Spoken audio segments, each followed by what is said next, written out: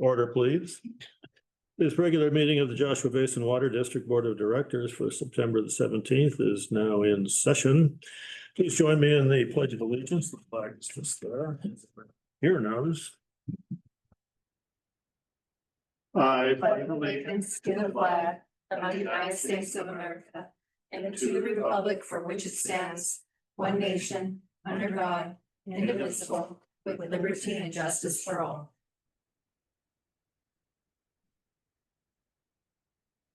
Thank you very much. Determination of a quorum. General Manager Johnson, a roll call, please. President Blowen. Present. Vice President Doolittle. Present. Director Fick. Here. Director Charlesburg. Here. Director Short. Here. Thank you very much. All directors are present in the boardroom. There is no request for remote participation. We have a quorum. Approval of the agenda. Do I hear a motion to approve the agenda? I'll make the motion. Thank you. A second, please. I'll second. Thank you very much. We have a motion. All those in favor, say aye. Aye. Any opposed? Motion carried.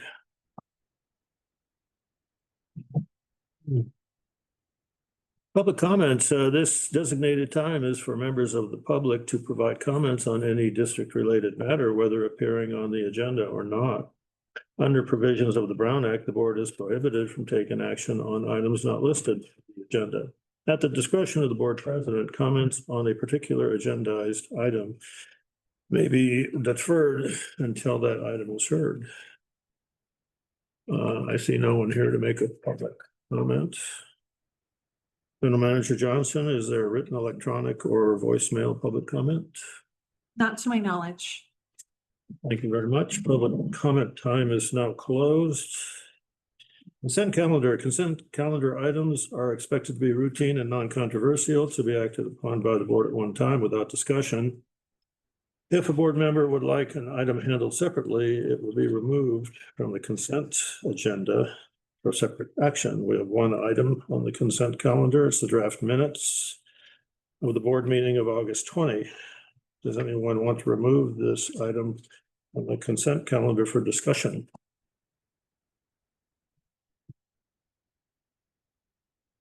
Oh, cool. Hearing none. Is there a motion to approve the consent calendar, please? I'll motion. Thank you, David. Second.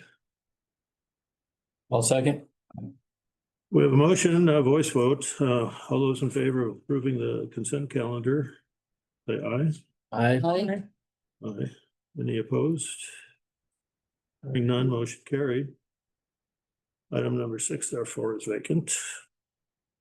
Discussion / action calendar, July 2025 check register presented by Director of Finance Ann Roman, if you please. Thank you very much. Good evening. Yes, we have the July 2025 check register to review today.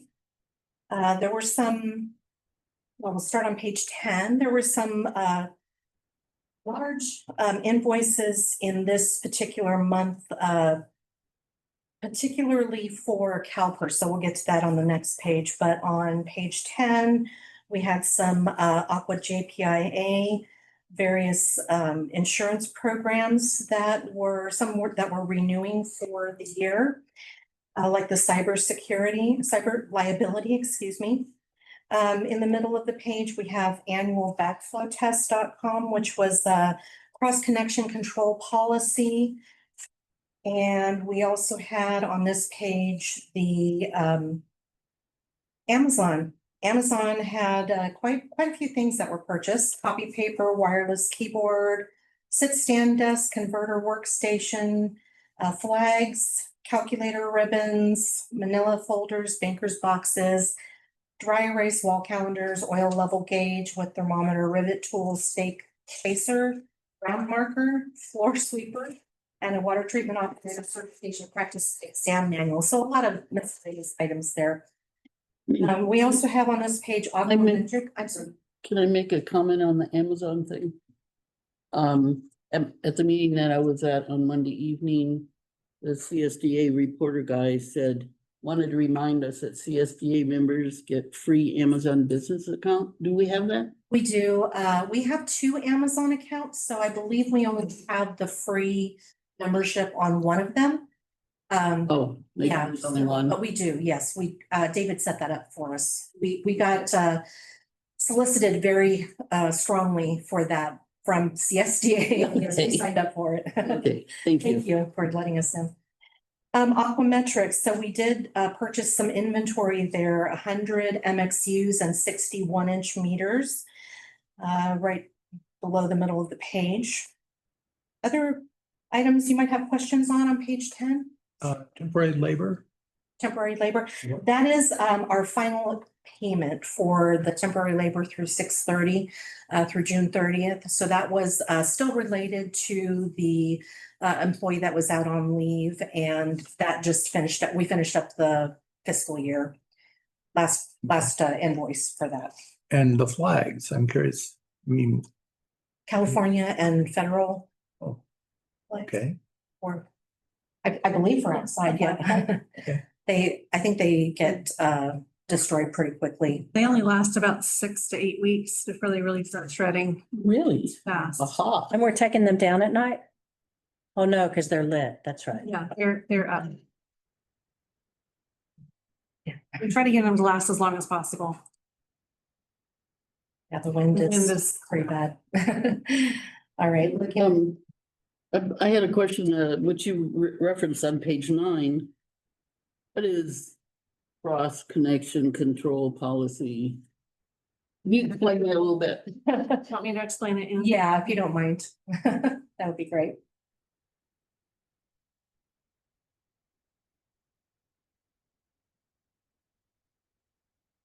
Sorry about that.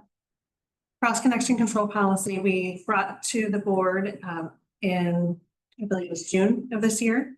And there's a new regulation. It's been a regulation for a lot of years, but it's been an updated regulation, I should say, on cross-connection. So if you have fire protection in your house, you have sprinklers, you have to have a device on your line to prevent backflow from your line into the system. Mm, And so this policy, we had to outsource with a vendor to help us write it so it was compliant with the new state regulations. mm. That's the consulting part. It is, yeah. Okay. So now we sent it to the state and we're waiting for the state to approve it. We haven't heard back yet from that. It is hitting the news a little bit. I saw an article, Ann saw it, sent it my way too, down below where some of the all the water districts in California have to comply with these new protections, and they're expensive for customers because if you have to put that device on, you not only do you have to pay for it, but you have to have it annually tested and repaired if it needs to be repaired. And the devices can, they're a little over $1,000 at the least expensive. So it's a pretty hefty bill for our customers, but the state is the one that put the regulation out there and the water district is the enforcer. is this sort of a less than 1% kind of incident? No, there's not really a percentage on it. It's dependent. So it's 100% of new builds if they have fire protection, and all new residentials have to have fire protection in their home. And it would be almost for every business. So the percentage is rather high. It's pretty, going forward, it's easier when you have a new build happening because they understand that's part of their process for building. The harder part is if somebody's doing some rehab to their home or they're adding something like a swimming pool, they have to add that device. They're putting in a swimming pool, so they have to, Also put in their cross-connection device, oh. Okay, not fire protection. Sorry. Ah. I was fighting a misunderstanding. Anything that could create possible backside vintage into our system needs to have a cross-connection device. All right, I'll move on to page 11. So here are the aforementioned CalPERS invoices. You see there's several of them. This includes our annual unfunded accrued liability. There are mandatory contributions for unfunded accrued liability for both the classic and the PEPRA plans. So we have 2 plans, and We choose to pay these annually instead of over 12 months because we do get a discount for doing that.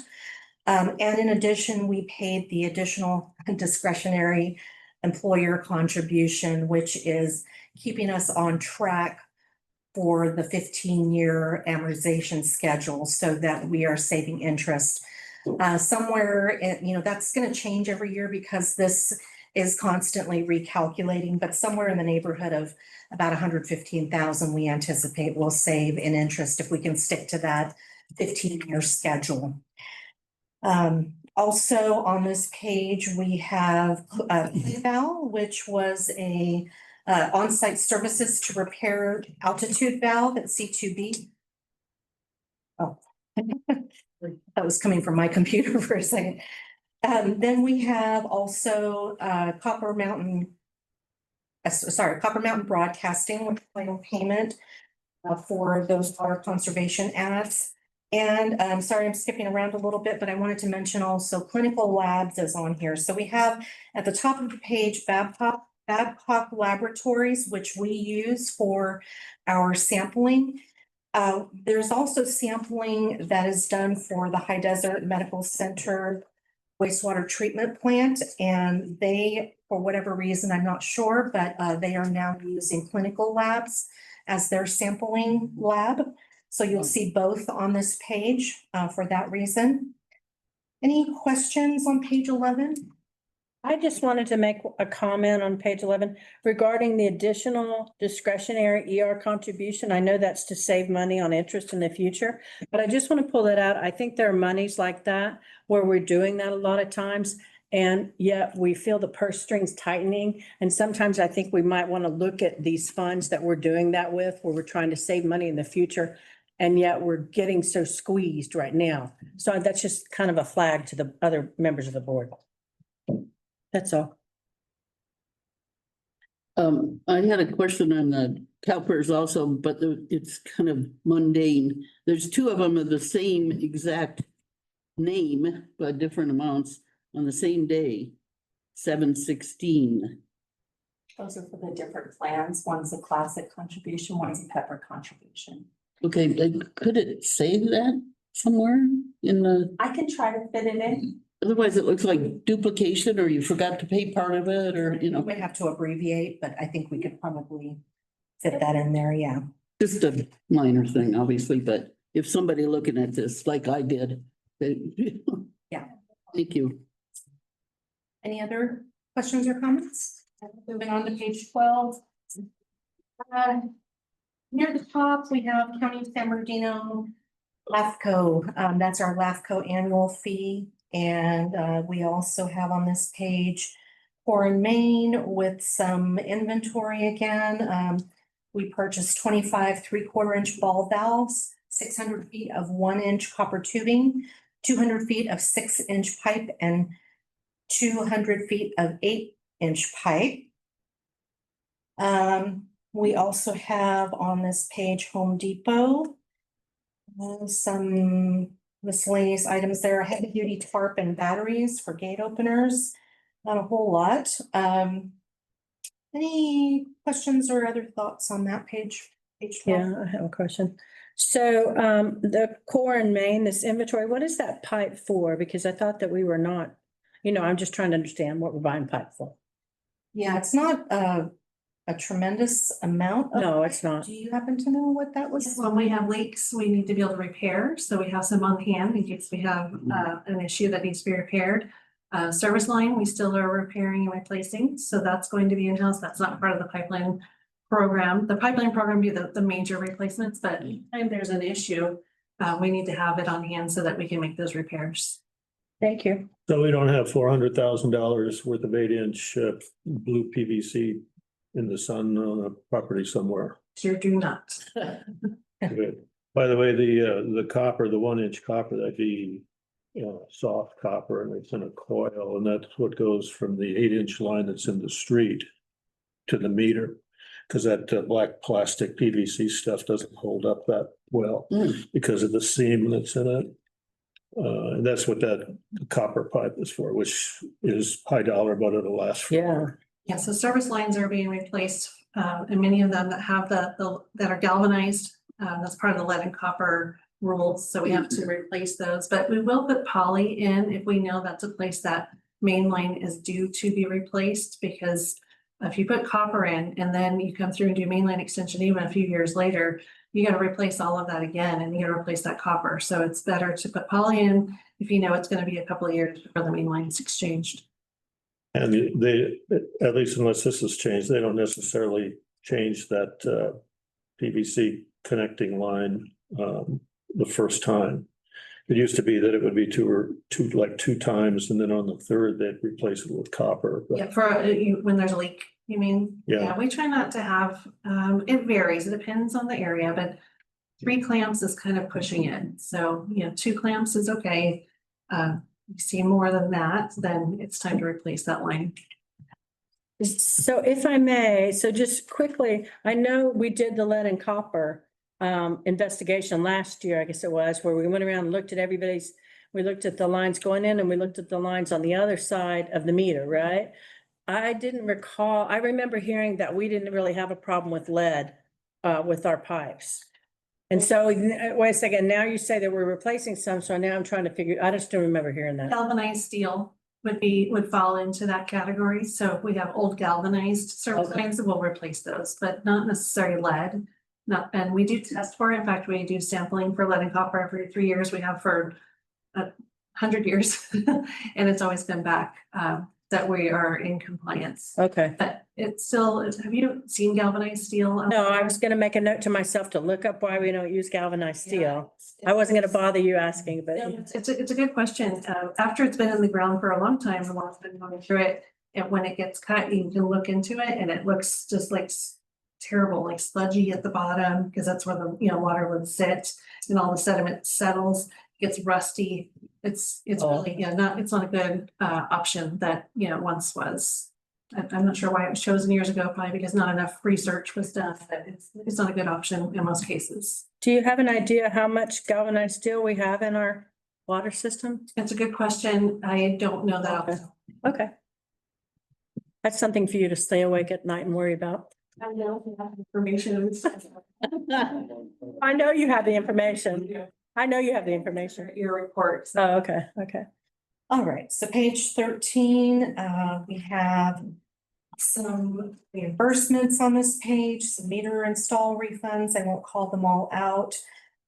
We do have some miscellaneous items we purchased for the master car, disposable overalls, retractable extension cord, chlorine fill pump, pipe fittings, biannual replacement of mineral oil for the motor's upper bearing during well maintenance. We have Mojave Water Agency here with the 2025 Urban Water Management Plan cost share. And this was a cost that was originally, I believe, Sarah, in the 30 to 40,000 range, I think, was going to be. No, it's 15,000. No, but I mean, originally without going through Mojave. It was gonna be 100,000. Like a couple 100,000. Oh, Yeah. so even more, yeah. So that was good, and we have Napa Auto Parts, a little bit of vehicle maintenance there. Nothing else that really stands out too much to me. Questions, comments? Page 13, nothing. All right, page 14. Nielsen Fire and Ice, some evaporative cooler maintenance at the shop and minor AC maintenance at the office. We have a big invoice there for Nobel Systems. That's our GeoViewer annual subscription. And that's actually come down, I think, about 5,000 more from prior years.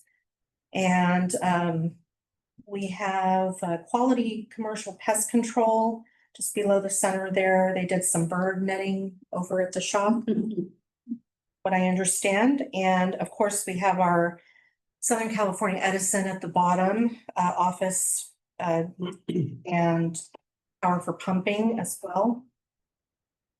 Any questions on page 14? Okay, so I see, I was gonna ask about pro security, but I see now that's that. Okay, so I'm very concerned that we just spent $4,600 on bird netting, because I know that when I first moved to the desert, I was trying to grow tomatoes because, hope springs eternal. And I caught a bird in the netting, and it was a terrible, terrible thing for me and obviously for that bird. And so what do we mean when we say we're netting birds? Is it because they were getting on the inside of the shop or? Netting birds, what we're doing is we're protecting the eave over the shop from birds roosting in those eaves. So they put I don't think it was actually netting. Netting. No, Okay. It's bird be gone. It's Bird be gone? somewhere else. Okay. It's like the little spikes, that little Yeah. spiking thing? If you walk into the shop facility, you're walking over loads of bird dropping. Yeah. And it was, pretty unsanitary. Yeah. Okay, thanks. That's much better. I'm glad I asked. Yeah, I'm glad too. I think Ray was maybe calling it bird netting casually. I think so. Yeah. Okay, yeah. Bird be gone. Any other questions on 14? Page 15. So this page, before we get to the credit cards, I'll clean out a couple of things here. So we have our Streamline, which is our annual website posting. We have SWRCs, but those are for certifications. So that's something that's nice to see, our operations folks renewing their certifications. And we'll get to the credit cards then, I think. We have now in this month, we paid the subsequent month's credit cards a little early. So 2 months worth of credit cards ended up on this Right. register, which is why you see so many of those. But I'll go through those, starting with mine. The very first one was the government finance officers, GFOA webinar, GASB 102 training for me. And in the subsequent month, same webinar, but that one was for autumn. We, for Dan's credit card, we purchased in June, the first invoice that you see under Dan's name, lift slings, grinding wheels, door hinges, and an air nozzle. In the subsequent month, we did vehicle maintenance, purchased some items for vehicle maintenance, fuel level gauges for oil drums, and employee certification training. For David's credit cards, in the first month, we that included monthly fee for climate controlled indoor storage, monthly Adobe subscriptions, D11 pump house air conditioning unit, recruitment, job postings, and railroad ties and weed fabric for the Gabion Wall project. In the subsequent month, the monthly fee for climate controlled indoor storage, monthly Adobe subscriptions, recruitment job postings, water treatment course for 2 employees, door hangers, and a QR code generator annual subscription. And then for Sarah's card for the first month, that included lodging for CSDA legislative days, Rock for the Gabion Wall project, an annual subscription for a safety platform. And in the subsequent month, a BIA Southern California registration for 3 directors, a tri-state seminar lodging for 3 employees, CalPERS training for 1 employee, and certified mail postage. Questions on page 15? Go ahead. Okay. Jane. Oh, What? the Gabion or Gabion. I noticed the rocks in front along the road. I hadn't noticed it before. Was that included in these expenses or was that since then? I think it was included as far as I know. Included. Yeah. Oh, okay, good. So we won't see another one of these. I don't think so, unless it went on to 2 different credit cards. When was that done? I don't know why I didn't notice. Weeks ago. Oh, Finalized, it was sitting over in the side. That's right, in the- File. yeah. To It looks delegate. amazing. It looks amazing. I'm sure you were gonna talk about it, but Kathleen, Is that not offset the Gabion expenses by a grant? It is. So even though we paid it out, we're gonna get it back. So in totality, the project was approximately 11,000 and the grant was 10,000. Where'd the rock come from? I believe the quarry 29? I don't know. So Like I what? think the one in Yucca Valley. In fact, Gary. Gary. And then God. they ran out. He said he was getting it from China, but maybe it didn't happen. No, I didn't hear 29. It's a lot of money to pay for a future trip hazard. However, I'm glad we've mentioned that it's, we got a grant on that. So it isn't that we paid, full bore. Yeah. On it.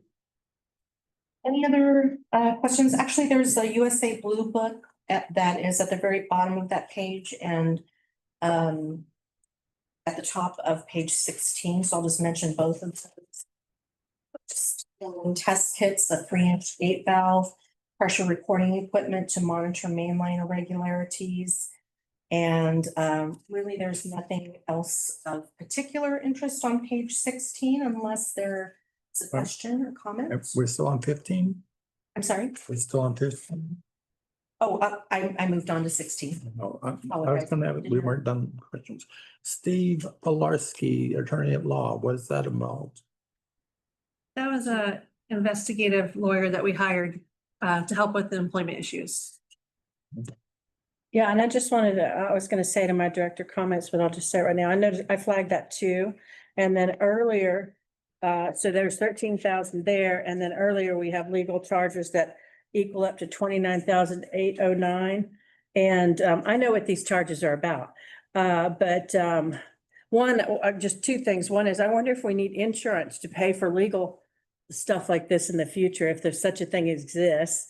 And then two, for other things that are, you know, I know it's nice to be able to just pick up the phone and call a lawyer, but Aqua does provide some of those services, and I've suggested that before, and I really would like to see the district, since we pay our Aqua dues, to consider using Aqua's legal counsel, if possible, just every once in a while. We do use them. Oh, when do we do I that? called them on this case too, and they said that we need to use our own attorneys until it got to the point goes to the next level. So they do kick in, and we do have that insurance. It's EPLI insurance. Oh, okay. If it goes to another level, then Aqua would, if it, some of these things I can't quite discuss. I know, yeah. But they will kick in at that point, but at this point, they do not for investigative Yeah. services and not. No. Labor or legal. Just, questions. yeah, just to So we be do clear. talk with Okay. Bob Greenfield and his team when possible. Yeah, just to be clear, I was just referring to it generally. I definitely know that this money needed to be spent and that you needed to have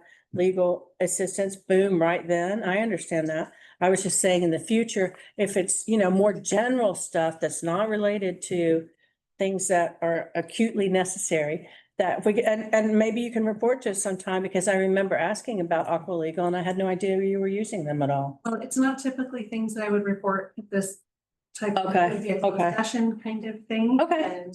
And we would use them, we don't run to the attorney, sorry, Jeff, but that's. Yeah. How on our own. I know, yeah, I know. As much as we can, but where we know it could trick us up and where we know we need the team behind us, we get a hold of them. But if we have general, we have a couple of options. We have the JBIA option, and we also have a Health Chamber membership where they offer some general legal things that we can figure out on our own before we go to that level. Okay, thank you for the clarification.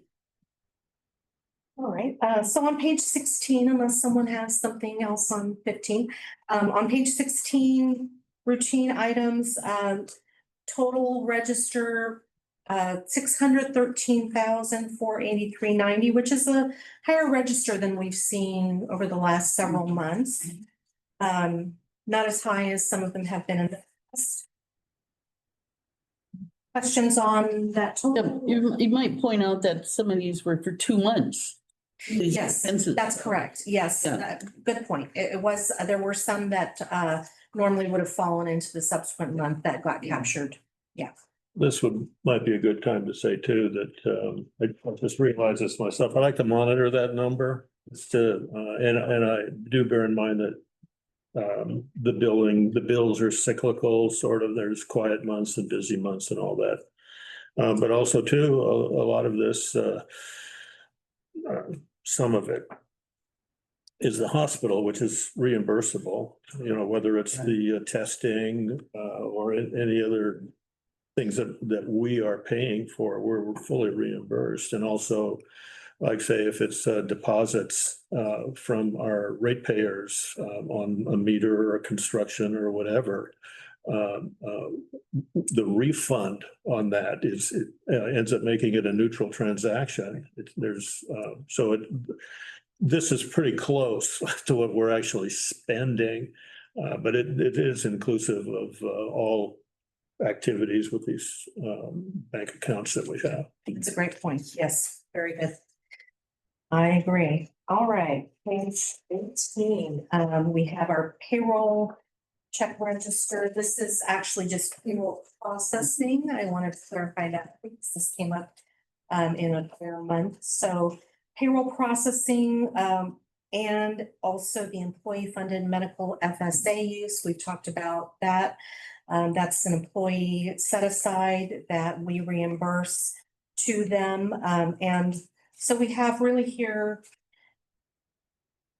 get my numbers, $962.35 in payroll processing costs, $75 in an FSA processing fee, and $391.56 for the FSA, employee funded FSA reimbursements. Questions on page 18? Is $1.90 a Band-Aid? What is that? Yeah, right. No idea. We unfortunately don't ask those questions. That's up to the FSA provider to determine whether those are eligible costs or not. The employees are provided a credit card from the FSA company and any eligible expenses, they can swipe their card. So it could have been a Band-Aid. A bottle of alcohol, yeah, you know, like rubbing alcohol. I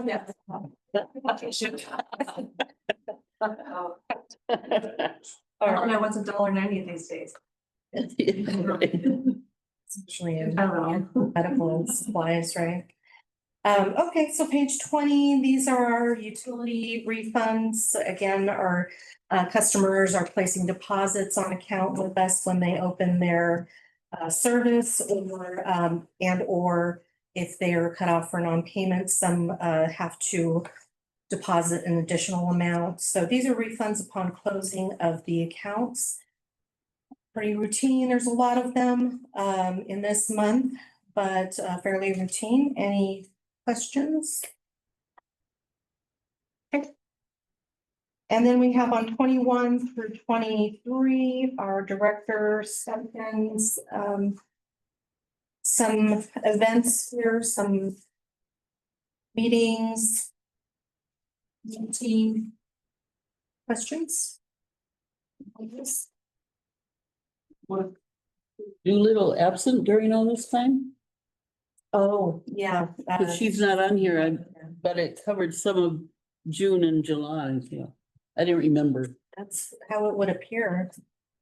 There was nothing, at least that was turned in at the time that this was generated, so I don't know if something later. Well, I mean, I missed a board meeting in July, but I certainly was We didn't have a board meeting this earlier, so that would make sense. in June. I didn't have any in June. Because, well, yeah, it seems like I should be on here. I mean, I'm not, I think there's something funny going on. No, you know, I don't know. So I'm just, yeah. Were you on vacation then? Uh-uh. Go away. I did. That's right. I was out of town. Thank you. That's right. I went to Oregon. Okay, thanks. Yeah. I didn't think there was any problems, but since you brought it up, I thought, yeah. All right, and that is the July check register. Let's see, nobody for public comments. Rio isn't here. Any further, On the phone. nothing further from the board then on all this? Is there a motion from the board to approve the July 2025 check register? So moved? Second, I'll second. thank you, David. General Manager Johnson, a roll call, please. President Flowin, Aye. President Doolittle, Hi. Director Fick, Aye. Director Jarlsberg, Yes. Director Short. Yes. Cool, thank you very much. Motion carried. Next item, capacity charge reports for fiscal year ending June 30, 2025. This is for information only. No action will be taken. Presented by Director of Finance once again, Ann Roman. Thank you again. Start my slideshow. Oops. Button. All right. So capacity charges. This is an annual housekeeping item, basically. It's required by the government code 66006, which requires annual reporting of the capacity charges we collect, use, and any interest that we earn on those accounts.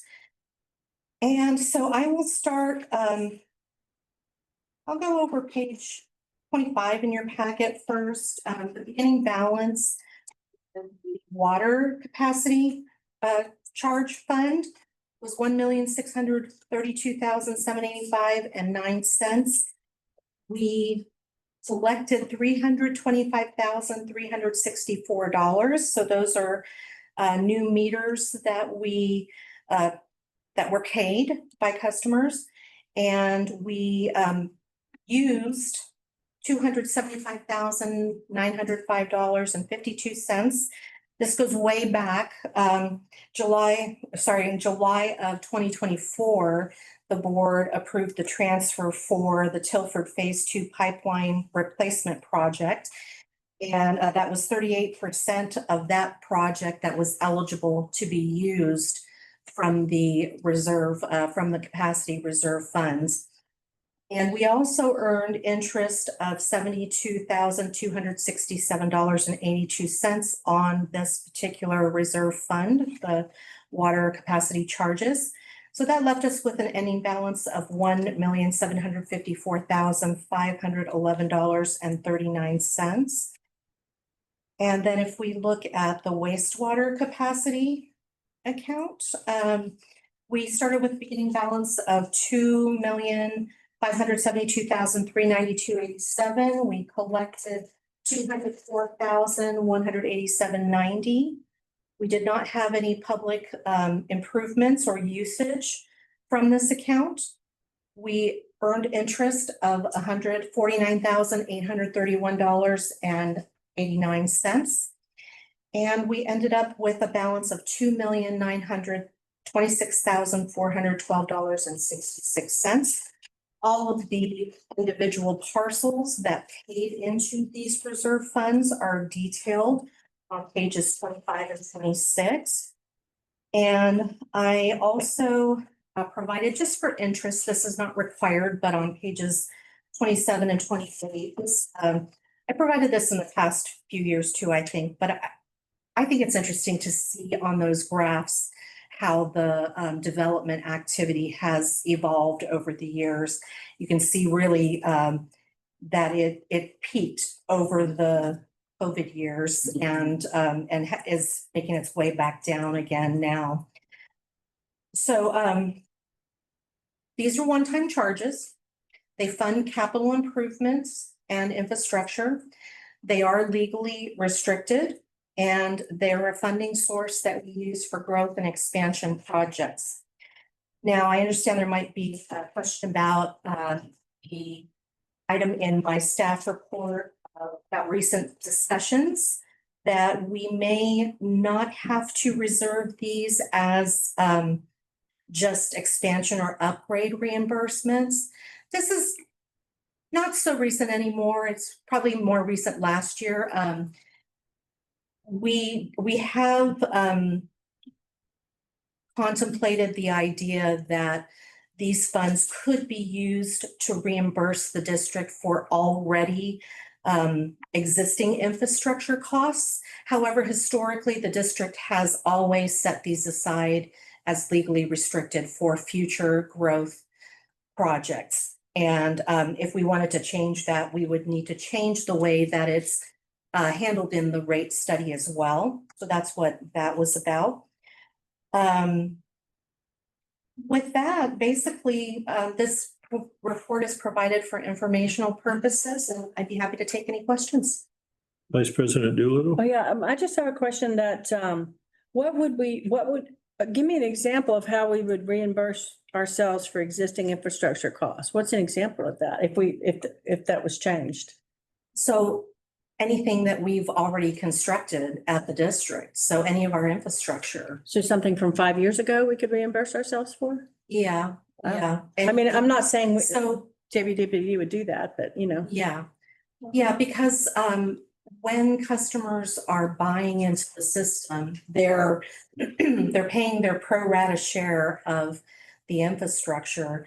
We aren't always necessarily adding a tank or a well because of that buy-in, but we do have to reserve capacity for them. So at some point, we may have to expand our system. And so we've historically saved and reserved these funds for that future expansion purpose. But we could say, we already have the tank. And today, when you buy into the system, you're benefiting from using that tank that already exists. So there's the possibility that we could use some of that funding to reimburse the district for what has already been built. So does the capacity charges, this 1.7 million, could we use that for wastewater? So the capacity charges at 1.7, could we use that for wastewater? Water That's- capacity charges? Yeah, because that's future infrastructure. No, I think it has to be segregated between water and wastewater. They're two separate funds. I don't think we can commingle those. I'd have to look into it a little bit more, but as far as I know, I don't think we could commingle those two. Why do you think that is? Because the customers are paying a specific capacity charge for water and a specific capacity charge for wastewater. They're calculated differently. They serve different purposes. The wastewater really applies to future wastewater infrastructure versus future water infrastructure. Got it. I think I got it. Any other questions? Director Fick? Yeah, as far as water meters, what's been the average for the last 20 years? Is it about 12 a year or something? I was like, yeah, 10 a year. It's around 10 a year for at least the decade preceding COVID. That's what I remember, approximately, give or take. The decade preceding STRs, exactly. Basically, everything is pre and post COVID in this world. Yeah. Yeah, here. Right. That's all I have. Director Giles? No, thank you. Director Short? No questions. So if you have, say on lot A, they're building something, and on lot C, they're building something. So these people are paying a capacity fee. So 5 years, 10 years, whatever later, B decides that he wants to build something, and there's already a fire hydrant a few feet away down the street, and there's the 8-inch line in the street, and all that's already there. So he does not pay a capacity fee because No, everyone does pay a capacity fee when they're buying into the system. So whether the infrastructure is there or not, they are paying a capacity fee. If the infrastructure is not there, the way our development works is that they are responsible for paying for the infrastructure, the actual installation, but not the installation that goes by their parcel.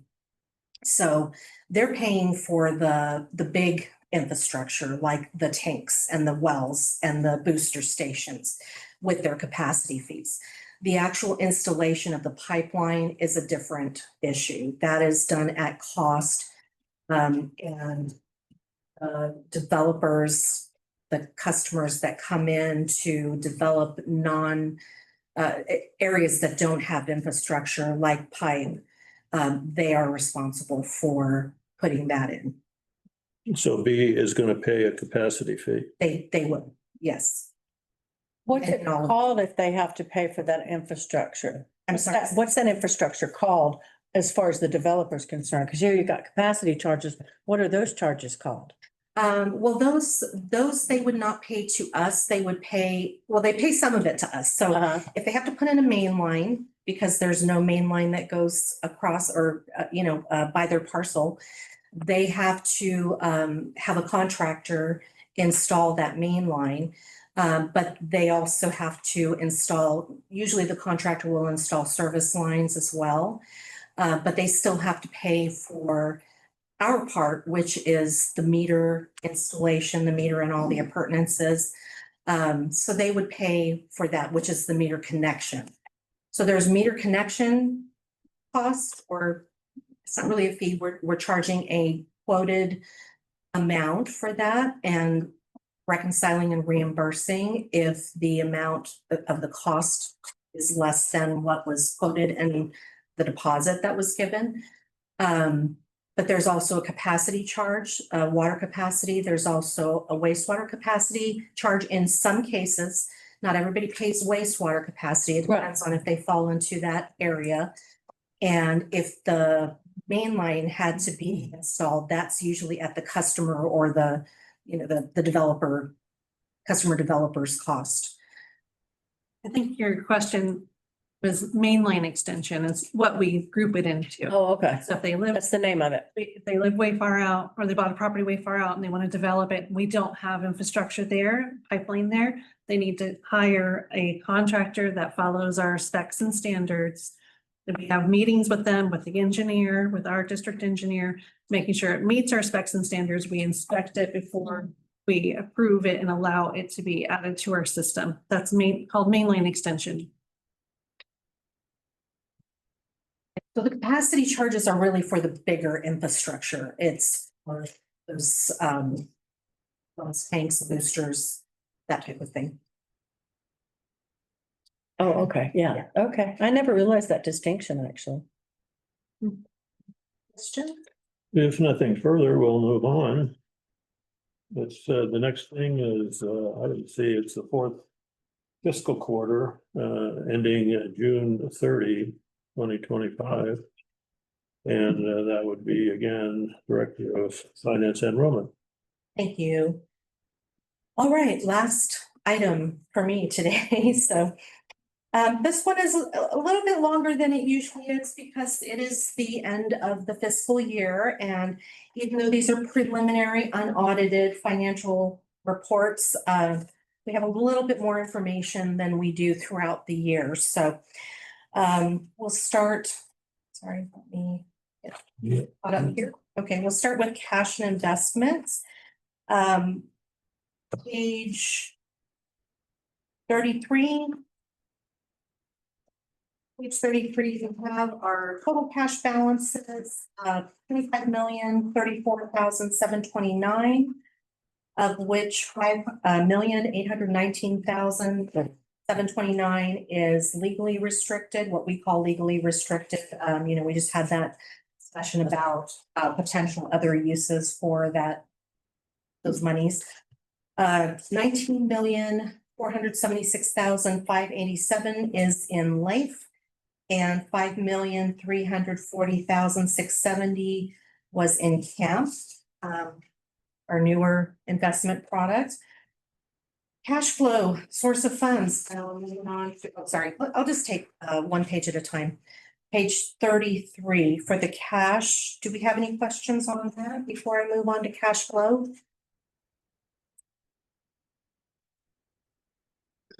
Is this the first time we hit 25 million? It is. It is, yeah. Yeah. It's, and we have now at the bottom or right above the two boxes at the bottom, we have the breakdown of the different funds. Since before pretty much everything was in life, now we have the distinction between life and camp. So I've broken out where those funds live at this point. A little bit is in US Bank, 215,000, and $2,300 in cash in hand.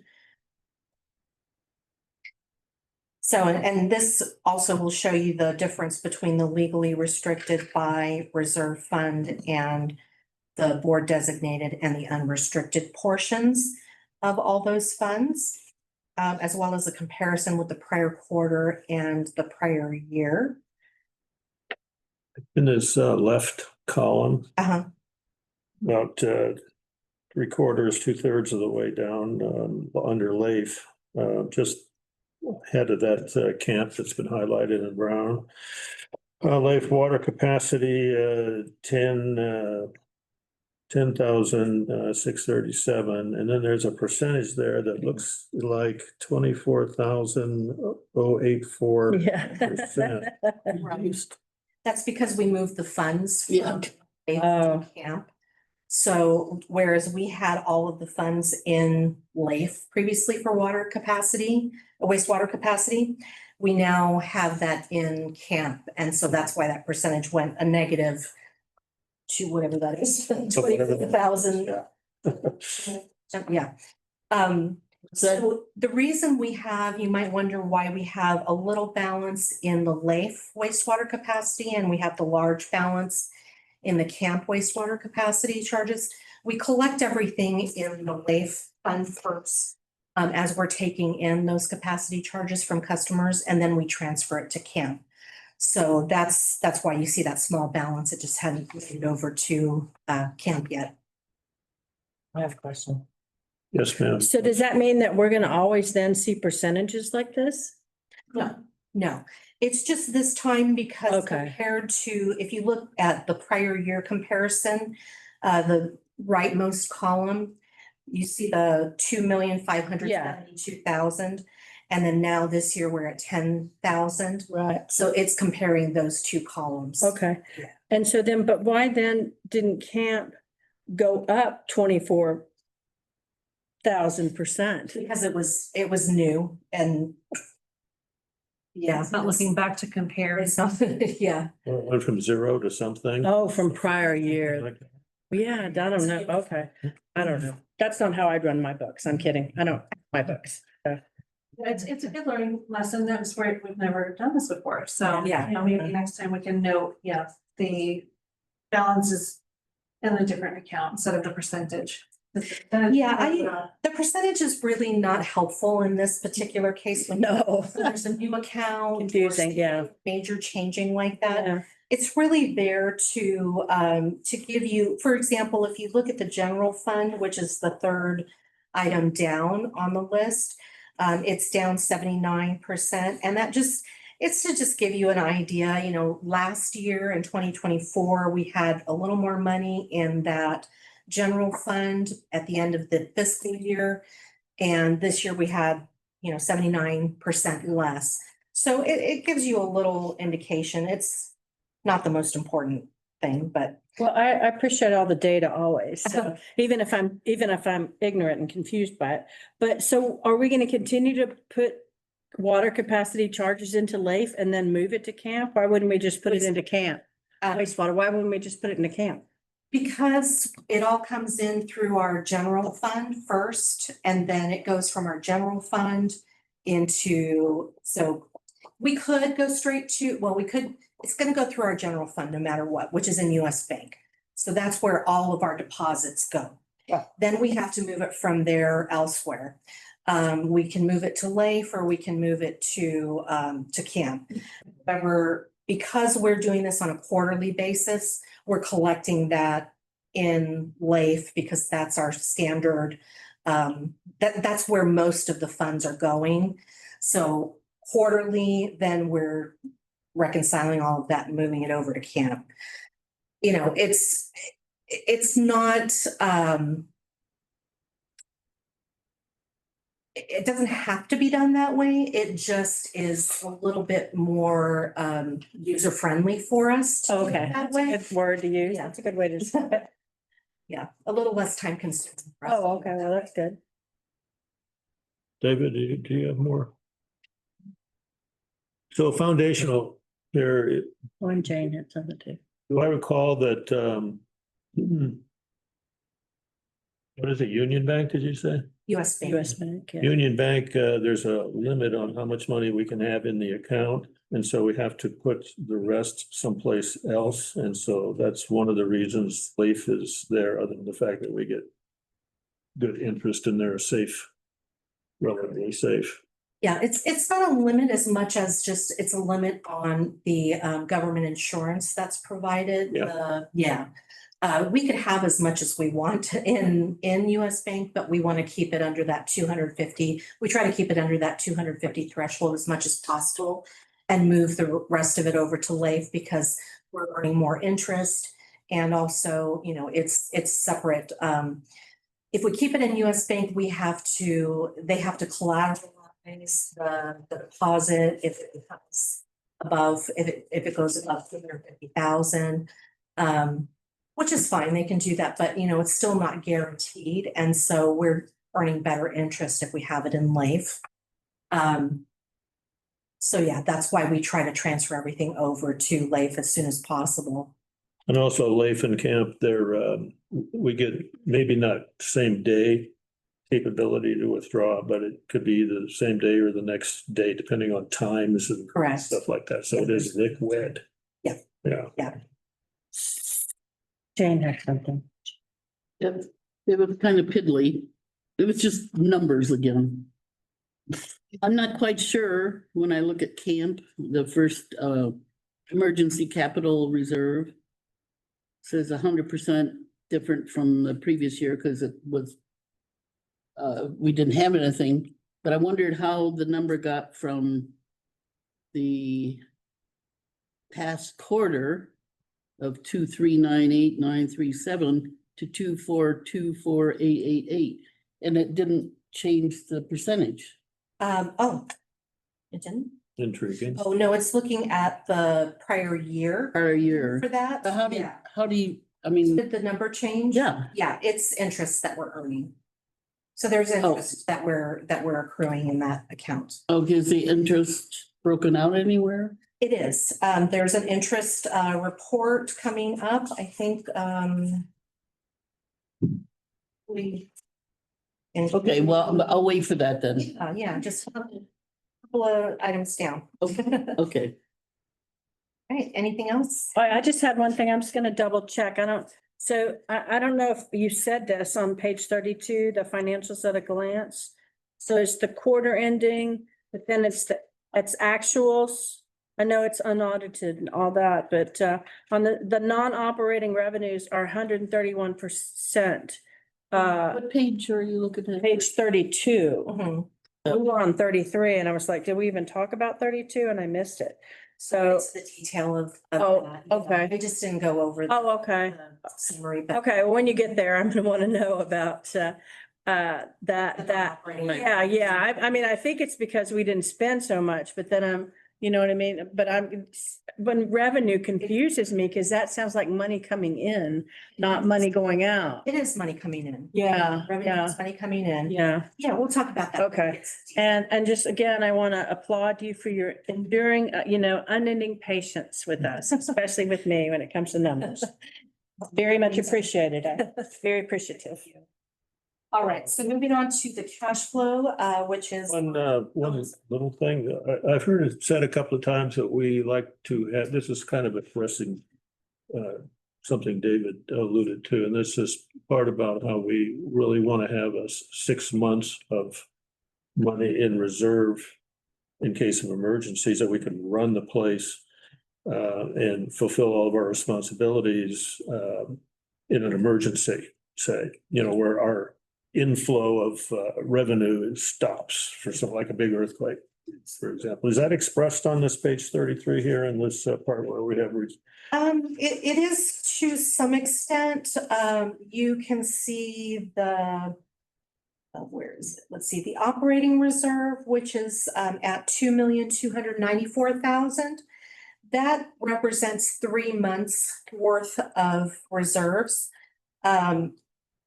For the operating budget, the cash flow reserve must be at least that much as well. And any other non-designated cash goes into that cash flow reserve. So it is higher than the 2,294,000. But between those two, that's where those 6 months of reserves live.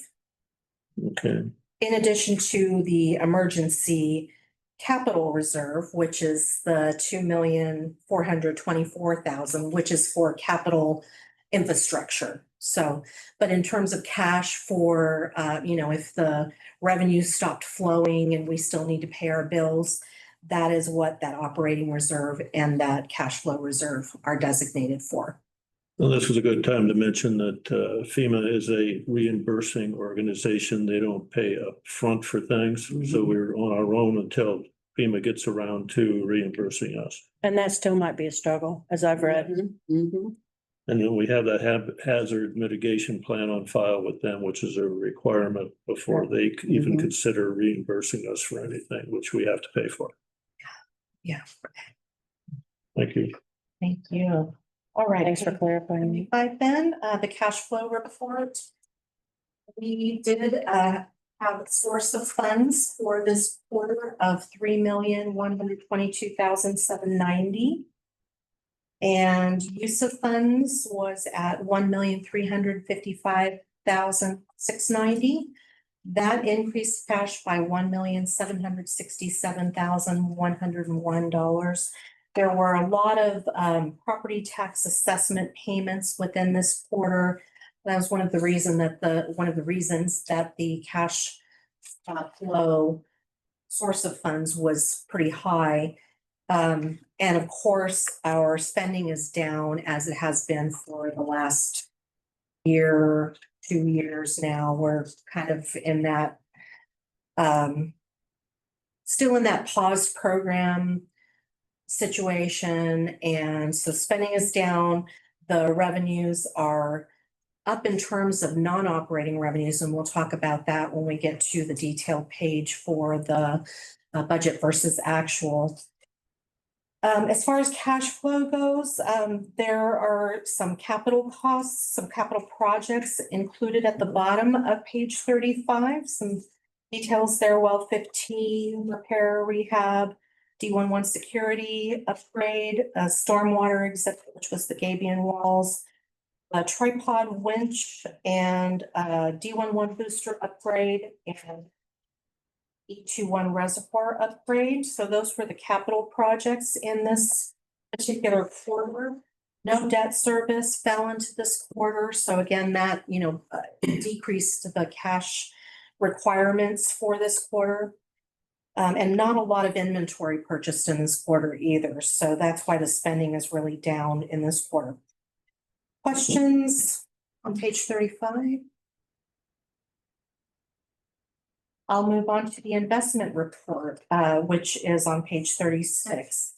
So investment, we earn interest in LAIF of $226,085, and in camp $54,791. We in total earn $280,876. I've got some annual figures for you too in the rightmost columns, also showing what we earned in July. So that's after this quarter, but interest that was accrued back for the fiscal year end. So total $760,252 plus accrued interest of $223,356. We had a really good year. We'll see that when we get to the budget versus actual report. We had a really good year of interest earnings. And of course, there'll be an investment report forthcoming as well. I think next month that's on the agenda. I have a question about interest. I mean, the Fed just reduced it by 0.25%. Does that impact this too? Yes, it will. I just had a meeting with Kyle Tanaka, if you remember him from camp.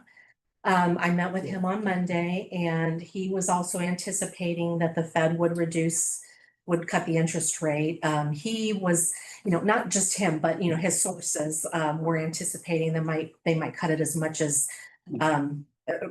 Right. 0.5% or 50 basis points. And so this is probably, well, I won't speculate on that, but yes, that will impact this. This is the LAIF rate is going down, the camp rate is going down. He actually talked about. When does that kick in? Oh, when does that become effective? Yeah, Oh, it's not right away, obviously, but.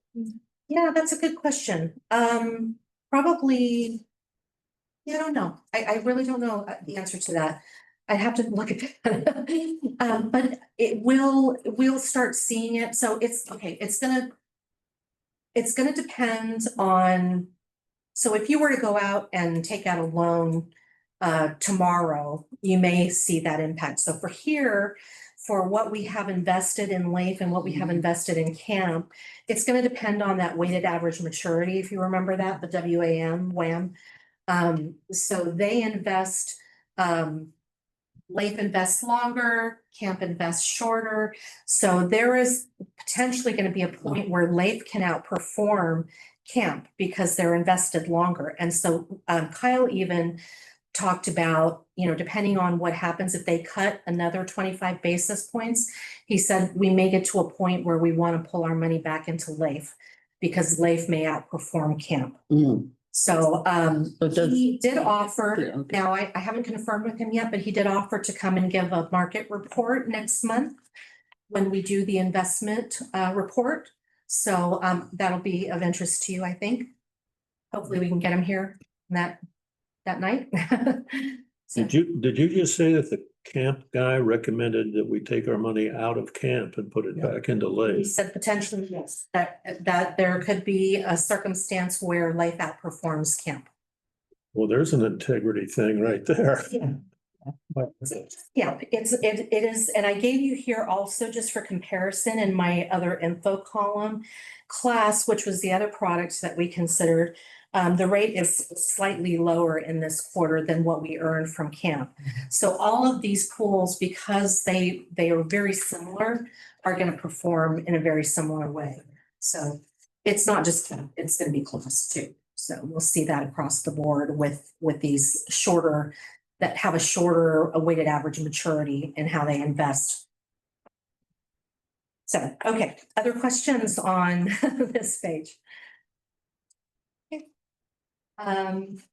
Moving on to development. Now I'm going to bounce back a little bit to page 31 because that's the only place I really have it in totality. The development update for the quarter, we had 7 new connections, 5 in the wastewater area, 1 upgrade, $142,098 in revenue, excluding meter install deposits. For the year to date, we had 23. I have to stop myself from saying sold because we don't want to say sold. We customers paid for 23 new connections. 9 upgrades, $554,570 in revenue, excluding the 3rd and 4th quarter meter install deposits. And the reason those are excluded, we changed in January of 2025. We changed from a flat fee meter connection cost to a quoted meter connection cost. That they're handled differently. The accounting treatment is a little bit different. So they don't look the same as they did before on this report. So it may look a little bit lower than what it was because previously we were including those meter connection costs when they were a flat fee. Questions on the development activity? Question. Yes, I don't remember, and I don't understand the flat fee to a quoted fee. What is a quoted fee? Is it not still a flat fee per meter or? No, it's not. Oh, okay. So let me go here. I have this. So meter install connections were previously a fee. They have been for many years. In January, this came to the board. We adopted new meter quote Criteria. quoted estimates for the meter connection charges. And so we actually started, a quoted deposit is what I was calling it. We actually started then reconciling and refunding to customers if there was a difference in what was quoted and what the actual costs were. And we quote 1 of 4 scenarios. So we collect information from the customer. We quote 1 of 4 scenarios.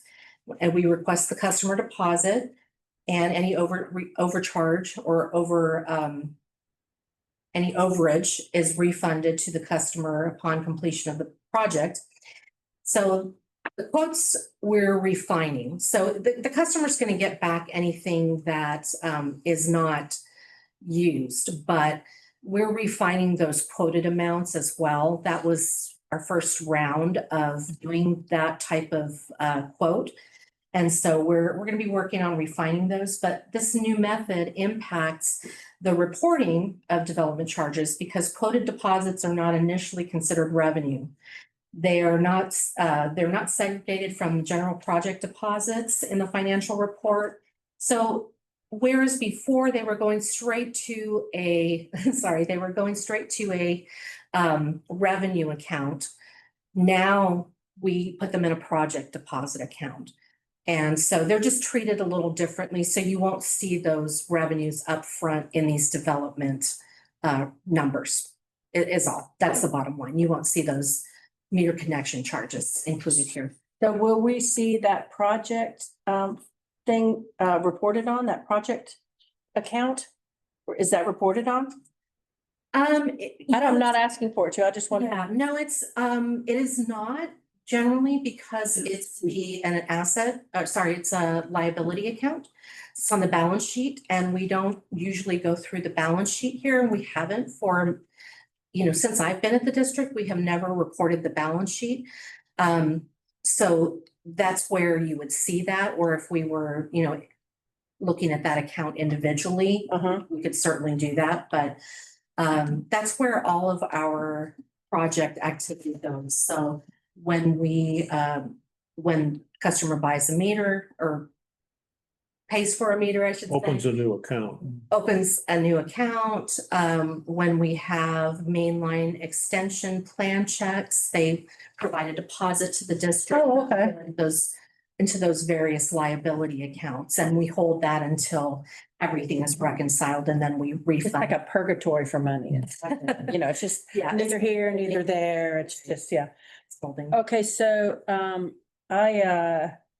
but when you say, oh, it was on the other slide, but it was the scenarios. I just didn't remember when you say 4 quote scenarios. So I just need to know this because if I'm talking to a ratepayer, I don't understand these 4 scenarios you talked about. Okay, so we have a long side paved, short side, long side paved, long side unpaved, Oh, side I remember paved, this, yeah. short side unpaved, depending on which side of the street they're on, whether the line has to cross through under the street, whether there's paving involved or not. So those are the 4 scenarios. And then this was done because we really wanted to make sure that we were charging accurately, Yes, right? Because precision. right, because in the past, we just had these flat fees and I remember asking a prior general manager, prove to me that it really costs that much. And so anyway, I'm glad that you guys have done that work and we're getting more accuracy. Based on averages, so there was some math behind them, Yeah. but they were imperfect and we're getting a little more precise with that,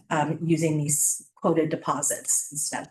And I would be curious at some point to know, and again, just if you do it, I'm not saying go to a lot of work or anything. What percentage of these do we end up returning money to? So anyway. 99%. You mean, so they put a deposit down and 99% we end up giving back money? That's really valuable to know. Thank you. Yeah, and that's because our deposits that are quotes that we've developed really need to be refined. So, I think we'll still end up refunding, but the amount that we'll end up refunding should become less because we're going to be Refining it. Yes, we're going to be refining those quotes. Sorry, is there something else? That answered my question. Oh, okay. I just have a general question. Do all utilities go through this kind of detail? I mean, it's crazy. Yeah, it's actually, it's a requirement. We have to Yeah. charge a cost. I'm talking for like services. electricity and gas companies, that Oh, no, they're private enterprises, so I'm not sure that they're not as No. strict by the state. yeah, they're subject to different rules. Oh, than like- We are, we're required to Okay. base our costs on, our charges based on Yeah, costs. okay, Actual okay. base, yeah. And remember, an electric company makes money on the lines, not on the electricity itself. Oh. Yeah. All right, I'm moving on to Oh, page interesting. 38, or sorry, page 37. Right? So accounts receivable, added a little narrative down at the bottom of this page, which includes. Well, I wanted to mention first that we did, see AR increase about 152,000. But that includes, 149,000 in prior years, a few prior years bad debt that's still on the books. Even though we write it off, we keep it there to collect for up to 4 years. And there's 140,000 in liens in these total and 120-day buckets. So keep that in mind when you look at these. Revenue generated by bills was up by about $75,813, which is about 4%. And the number of bills was up by 84. Payment plan contract balances were down by 3,200, about 8%, and liens are up almost 12,000, 9%. Questions on the AR balances, breakdown, anything on this page? I had a hard time even knowing where you were, so I never even caught up to what you were I'm sorry, talking I was about. really looking at the items on the bottom at in the. Down there, yeah, section. okay, all Yeah. right, okay. Narrative, yeah. Yeah. All right, so about 100 higher overall, okay. Is there any way to have bigger print in these boxes? Yeah, it would be nice, wouldn't it? I'm using a tool called Smart Sheets for this, and I'm using the free version, and it's. Never mind. Some grief. Never mind, we should just have a magnifying glass at each space here. For some reason, it seems to be not the best quality print when I get it into this format. It looks a little fuzzy to It me. is fuzzy, yeah. Mhm. So I apologize for that, but yeah, to make the pretty boxes. It's like converting it to a PDF or an image, I think, isn't it? I've tried it a few different ways. Yeah. And it's still giving me some grief, but I think, it's the trade-off for having the pretty boxes, I guess. I appreciate the narrative then. Thank you. Good. I'm glad it's helpful. If no other questions on that page, I'll move on to page 38, which is the property taxes and assessments. So here we have total property taxes and assessments collected were $2,518,864 out of so that is above and beyond the $2,430,653. We came in at 104%. So there's a little looks like the CMM, we came in a little higher with the CMM, and the standbys were a little bit lower, and the property taxes, which is the general district taxes, came in a little bit higher as well.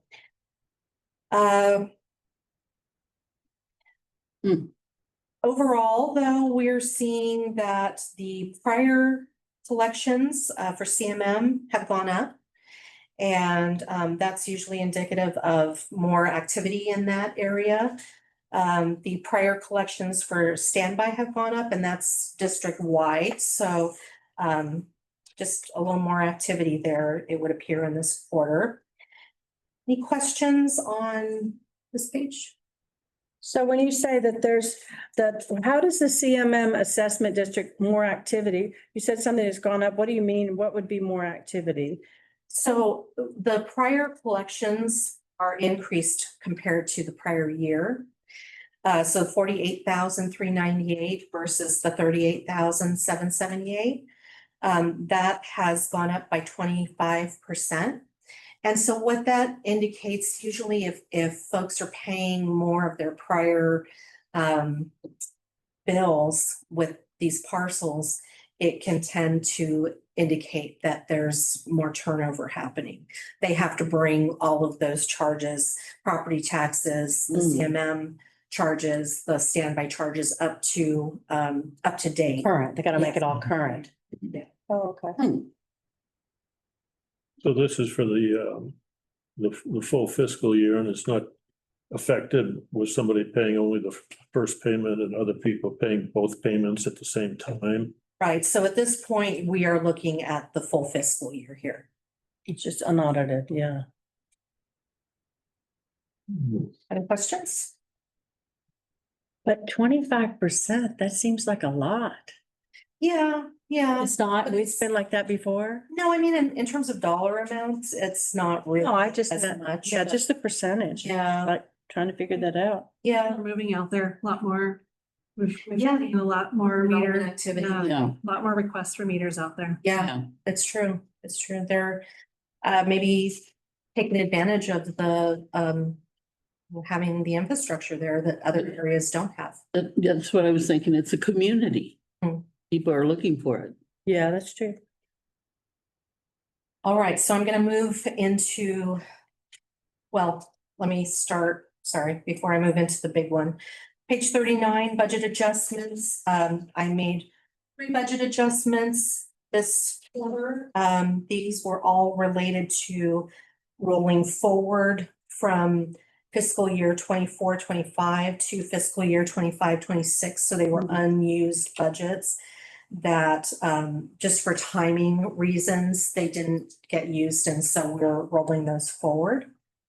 One related to the well 15 repair rehab, another the emergency water pump, and the cost allocation plan, which we'll have a report on here in the next couple of months as well. Had to bring some budget forward on that. Questions on page 39?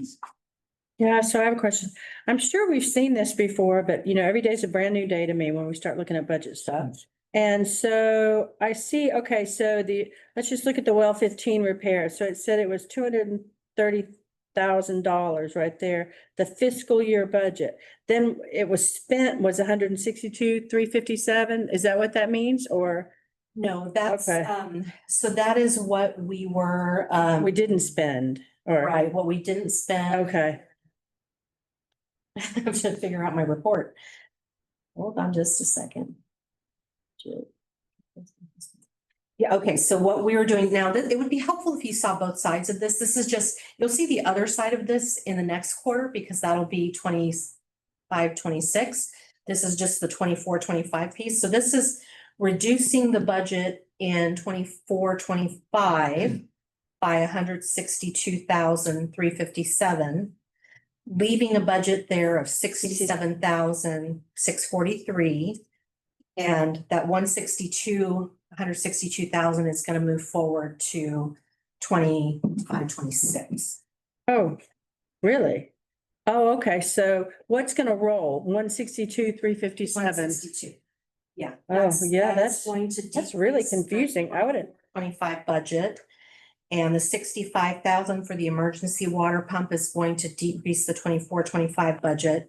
And it's going to increase the 25-26. Okay. So maybe I need to give you both sides of this in the report. And we don't typically do this. Yeah, we It's probably do. really hard to have projects cut Oh, off. yes. zero out, yeah. But if you remember, well 15 was in a situation where we Yeah. had to get started on it. So it crossed over the fiscal year boundary. The water pump, same thing, and then the cost allocation plan. Yeah. It's not our favorite thing to do. No, it's not. Well, but you know, it says roll forward balance at fiscal year end. But then when I look at these top things, I don't see anything that says balance. Do I? Well, the beginning balance was 230,000. Right. The ending balance for the fiscal year is 67,643. That's for 24-25. Yeah. Because we're looking at the 24-25 fiscal year right now. If I had a column for 25-26, you would see the 162,357 there as a positive. Yeah, I guess I think this is a problem I've had before with the word budget. You know what I mean? Budget says to me, you know, what you're planning to spend. So, okay, we were planning to spend, so that's not the balance. No, it's the balance of the budget. It's not the balance of the cost, or it's not the Yeah. cost balance. So it is the balance of the budget. Well, I'll try to hold on to these lessons when the next time we look at this. Yeah, I think we do a better job of that, though. Well- It is something that we don't do very frequently. Yeah. In fact, we do very few budget adjustments. Yeah, I remember from the audits, it's very rare, Yeah, right, that we do don't it. do Yeah. many budget adjustments at all, so. These year-end ones, we always have to really speculate on how the costs are gonna land.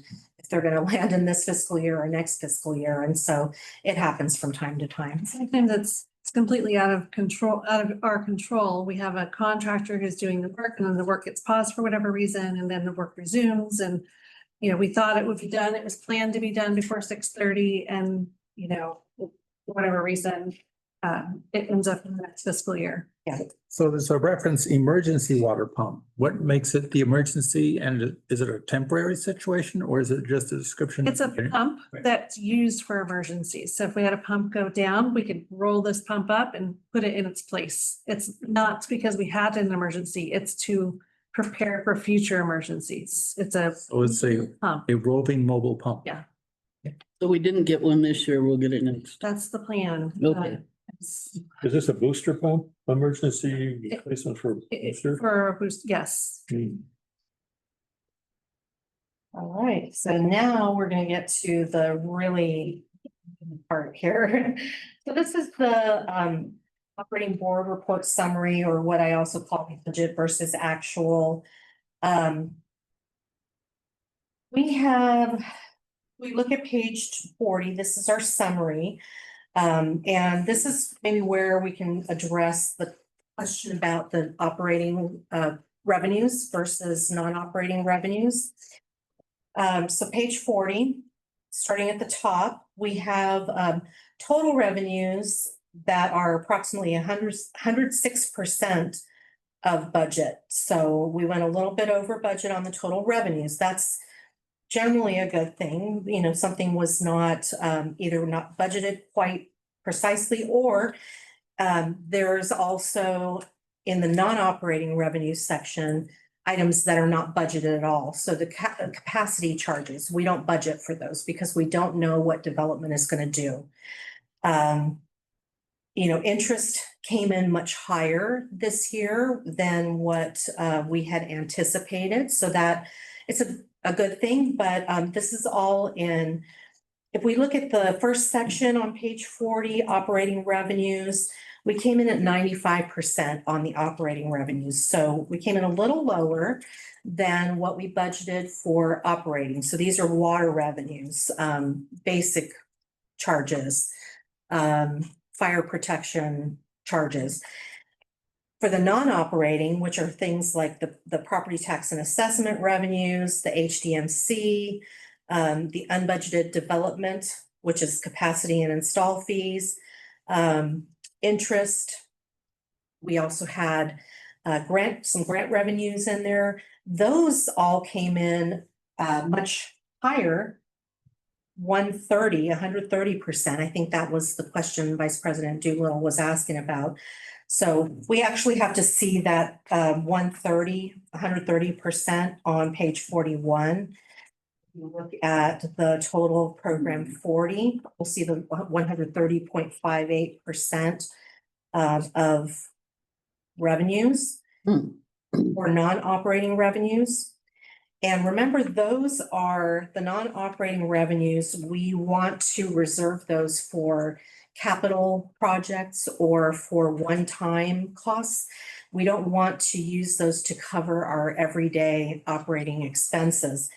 And that's what I have highlighted on page 40 in the yellow. So just showing that our operating revenues are covering our operating expenses, which is a good thing. We want that. We talked about that a little bit during the budget discussion, so I wanted to bring that into this reporting as well. Other points on here. So what I'm seeing too is that in these expenses by department, there's a High Desert Medical Center treatment plant with $213,000 there, but that's reimbursed by them. So It is. because I'm seeing that we're spending, the expenses were more money than our revenue. Right. For the expenses. So the expenses, the budget was 213,000. The actual was 168,000. The revenues were 169,000, but remember that is all billed in arrears. So we pay the bills on their behalf and then we bill them after the fact. So we're usually, there's a lag there timing wise. But yes, that's a good observation. We did, in this report, it would appear that we spent 168,000 and they've reimbursed us 169,000. But that's all, that's gonna include their overhead that they pay. But again, keeping in mind that they're paying in arrears, so it's not gonna align perfectly.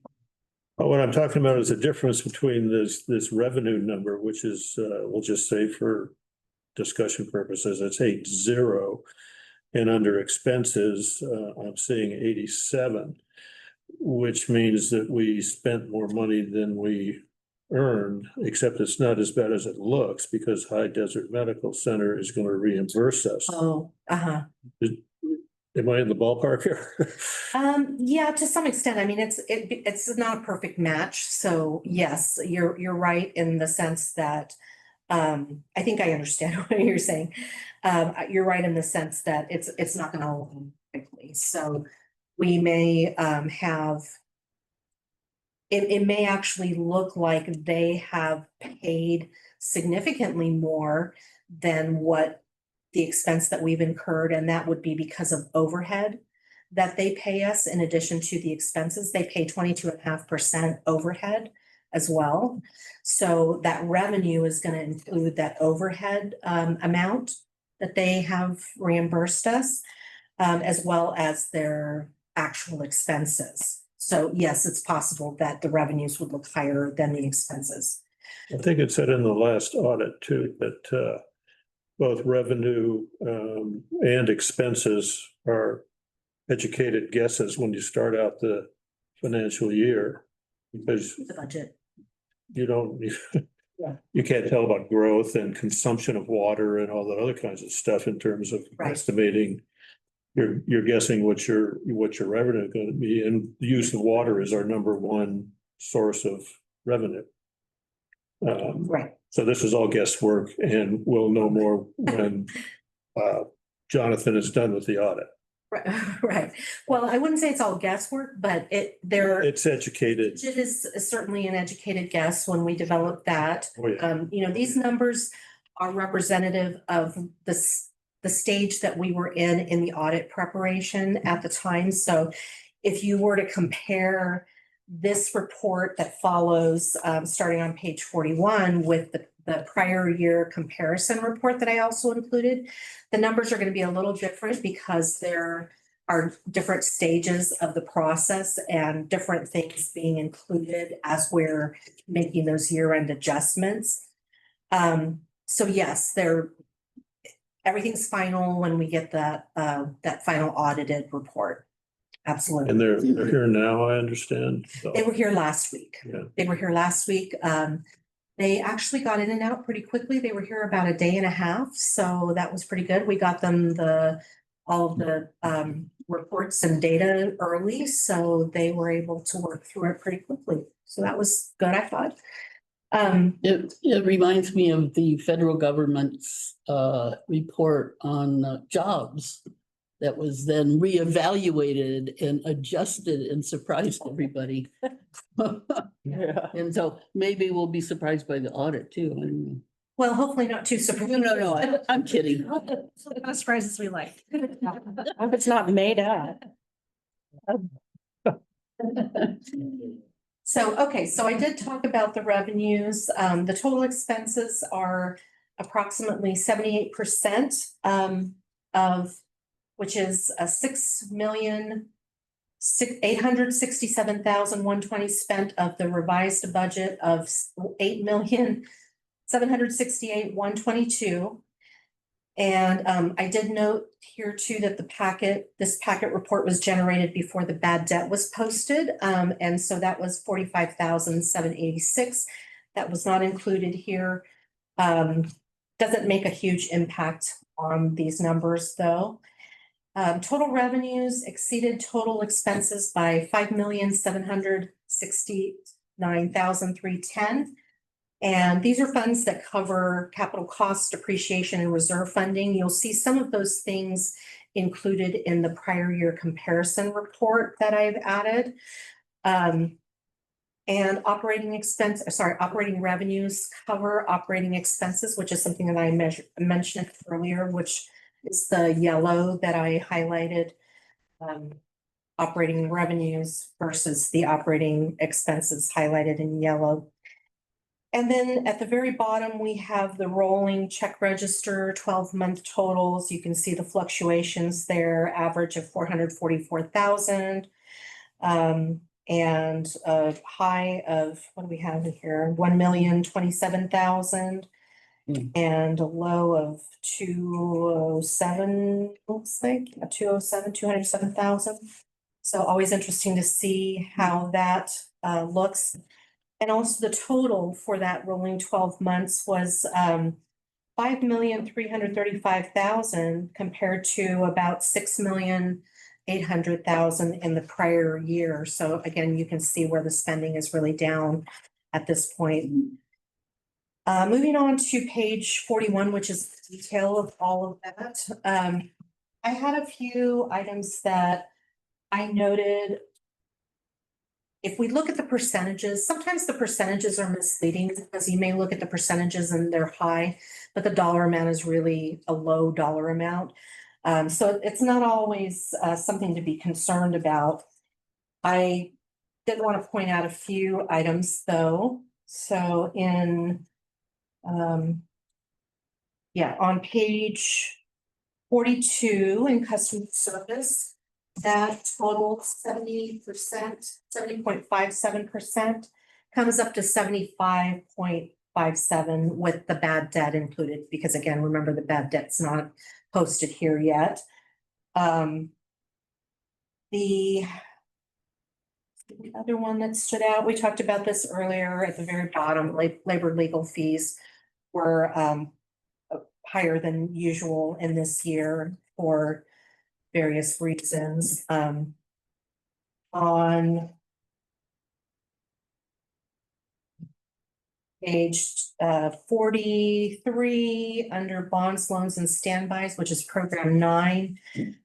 This already reflects, if you see the fiscal activity, the 2 zeros there at the top, that doesn't mean we didn't pay anything, but those are principal payments, and they actually at the end of the fiscal year have to be reclassed to reduce the liability that we have. So that's a balance sheet transaction. So that's a little, it could be deceptive if you if you don't have that information. Benefits allocated to departments, so program 51 on page 43.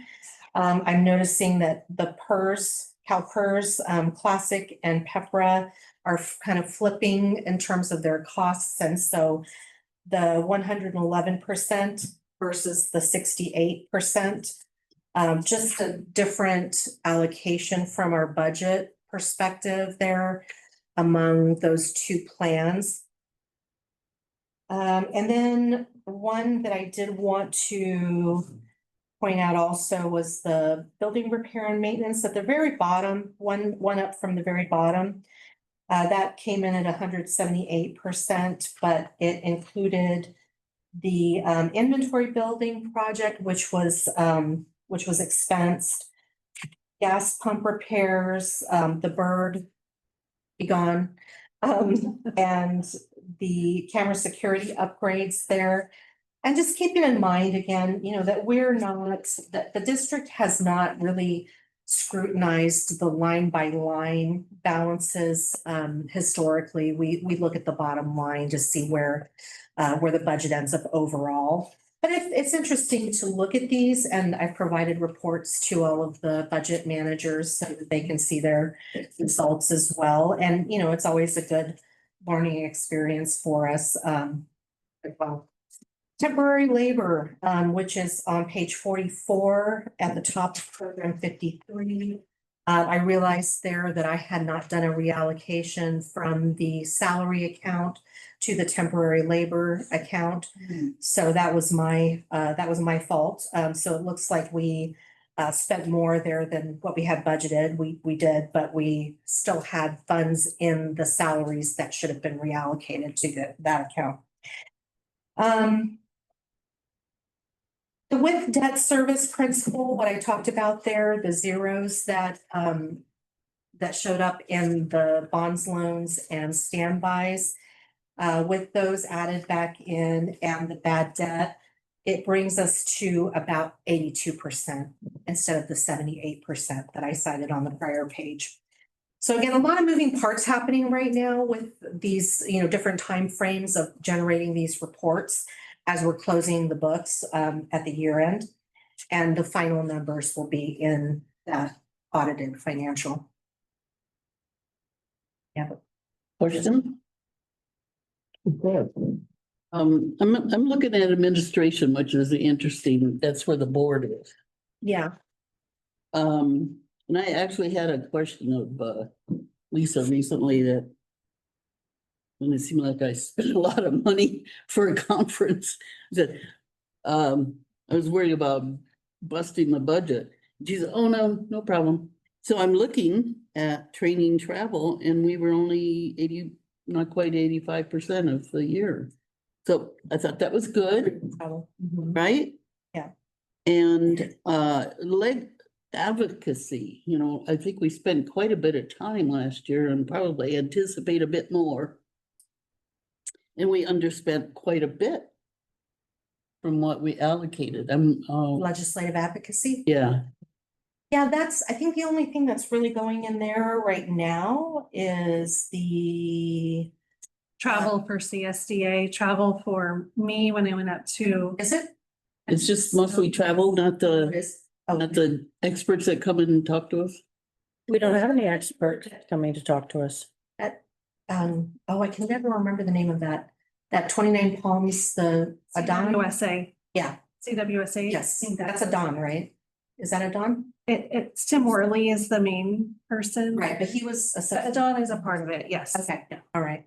That's the only way I can remember. What are you saying about him though? What are we doing? CWSA, Right, but what are we spending on him? This legislative advocacy that comes out of this line item?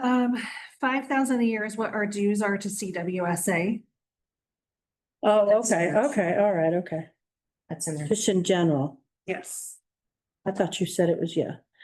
Right, but then also rolled into this is when you go personally yourself to Sacramento, but like the trip that the board took with you, is that falling in here? Or is that falling in board costs? It should have, for the one that we did legislative days, could have fell in there, but it also could go into training. It can go into both. Right. Yeah, and that's actually a really good point in terms of where you see the over and under here, because there are a lot of accounts that have some gray area.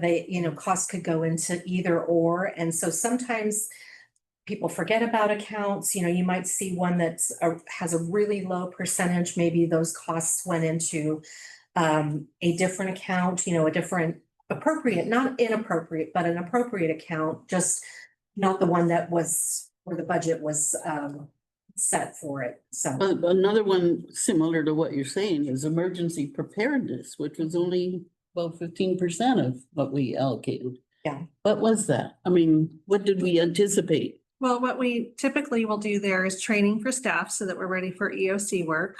Any supplies, we keep supplies on hand, food and water and blankets. So each year we rotate through that because it sits in a Connex box, dries out, and so we'll go through and get rid of the food that's expired, replace the food. We have upcoming, we'll have to redo the ERP, which is the response plan, emergency response plan. So that will come out of there.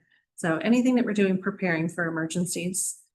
So why did we anticipate 15,000 and only spent 2? Well, we had talked about buying those big EOC tents, but then we decided to not do that. And we want to do a Connex box that's just for emergency management, because right now our emergency supplies get stored in different places and it's hard to keep track of them. So we want them in one place. And then that Connex box can double as an EOC if this building or the other building was not usable. So the plan changed a little bit to be a little bit more efficient and Did better. you talk about that for the new budget? No, this is just. You will. Well, but Yeah. for next fiscal year, we hadn't planned it for this fiscal year. Okay. So just a change of Well, plan. you Not that it was. If we get lucky, we never have to use them, then they're gonna sit out there and dry rot. And whereas Conex box can be reused for multiple purposes for a very long time. So just shift it up. okay, I'll try to remember. That's something we Us- want to talk about, I guess. Better for. Not a big number, I would There's a say. bunch of different places to find all that stuff. No, that's very dangerous to have your stuff spread out in an emergency. Yeah. Yeah, so it just reminds us also that budgets are projections and. Yeah. You know, conditions are always changing, circumstances are changing, and so. You know, where the money actually gets spent, you know, we try to stay in line with that. Sometimes the way that the costs are coded, you know, there can be errors in there. There can be, you know, I've noticed a few of these accounts, just, it looks like they've been forgotten. You know, so we'll address those things. We'll look through what may not be being used Right. and may not be useful. So we'll address those items. Questions on pages 41 through 45, and then I'll go into the prior year in a little bit. Did we go over 45? We did? We went over 45 or 46? I was thinking of 46. Yeah. Yeah, Yeah, on 44, I just a couple of things. One is that the on the top communications mobile, mhm. we spent 99%. But isn't that covering, that's not covering the communications for the crew that we no longer have? Is that not what that's covering too? I believe that's our AT&T bills. I think That's gonna be all of our iPads and our cell phones that are used for, so almost every employee, not all, but I'd say 90% has a cell phone. And then a smaller percentage than that has an iPad. So all of those have cellular service so that they can complete their service orders and work orders out in the field when they are out there doing their work. Okay, so what I'm saying is that I understand that, but Hello? There's nobody there. what I was saying is that I've seen other numbers go down, like our the uniforms, we had 17,000, it was only 8,000. And so I've seen other numbers go down because we no longer have the crew that we had. Why didn't this number reduce? Because we don't have all those things being used.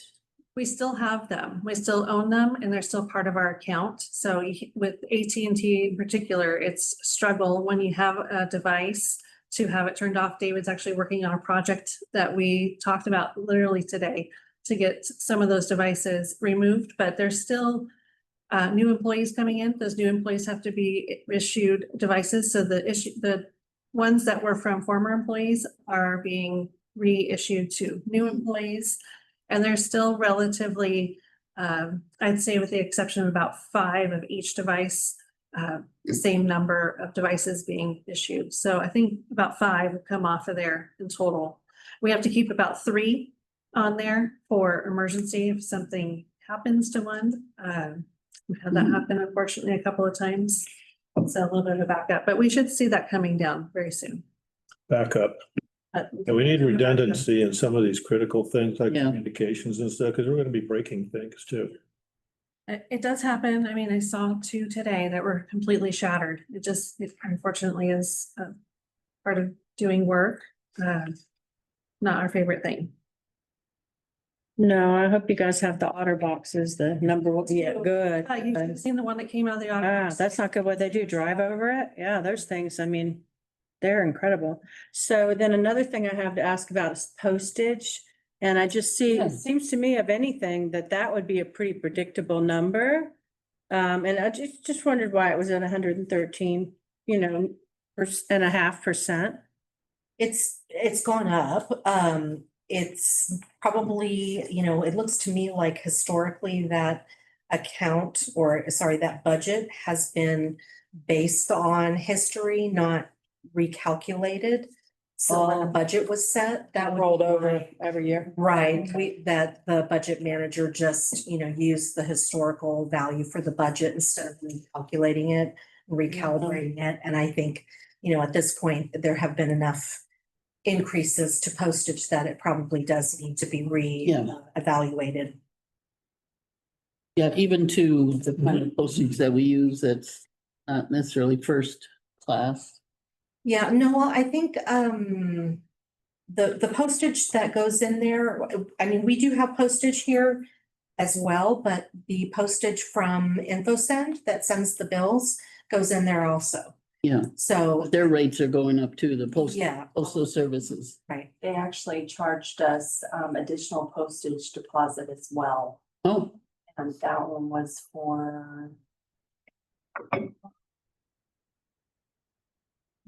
That, that one was in February. Yeah, the additional postage deposit was 5,000. Oh, it was at 1,200, about 1,300 for the additional postage. So It didn't go into the prepaid. So, yeah, so that's going up, that needs to be reevaluated, there's some items here, when we see those stand out, either low or high percentages or the dollar amounts, we want to look at those and just, give them a review to make sure that, especially when we go into the next budget season, that we're taking those results into consideration as well. So any other questions before I move on to page? Yeah, on page 41, 6th line down, it says private fire protection service. Don't know what that is. What is that? Page 41. 41 where? Oh, okay, so that's, those are fire meters that, customers that we have that have fire meters, they're separate, dedicated fire meters that usually they're commercial buildings, not necessarily residences. Usually commercial buildings have those, so, but it's a separate service from, it's not combined with their regular meter. So it's a separate meter that they put in. So that, in other words, the fire sprinklers go off and that is metered separately from their regular? Yeah, Hmm. it's through a separate meter. It's metered separately, but we don't have a lot of them. So I don't know a whole lot about them, but we don't have a ton of those. I mean, I don't know the count off the top of my head, but it's a pretty small, you can see right there just by the dollar amount, 40,000. It's a pretty small fraction of our meters. So if that's a separate account, we're getting we're bringing in a separate fee for that too, because it's a meter. Yeah. Is it the same as a regular household account? Same fee? Yeah, No.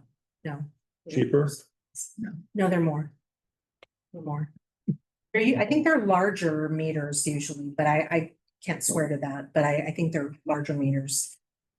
Because they're usually commercial, so they're, Oh, I believe they're, It's more volume. yeah, The cultural, that's the usage, regular meter, and then there's a fire suppression. It's not like it could be sprinklers, but this thing is massive. It's a bigger pipe.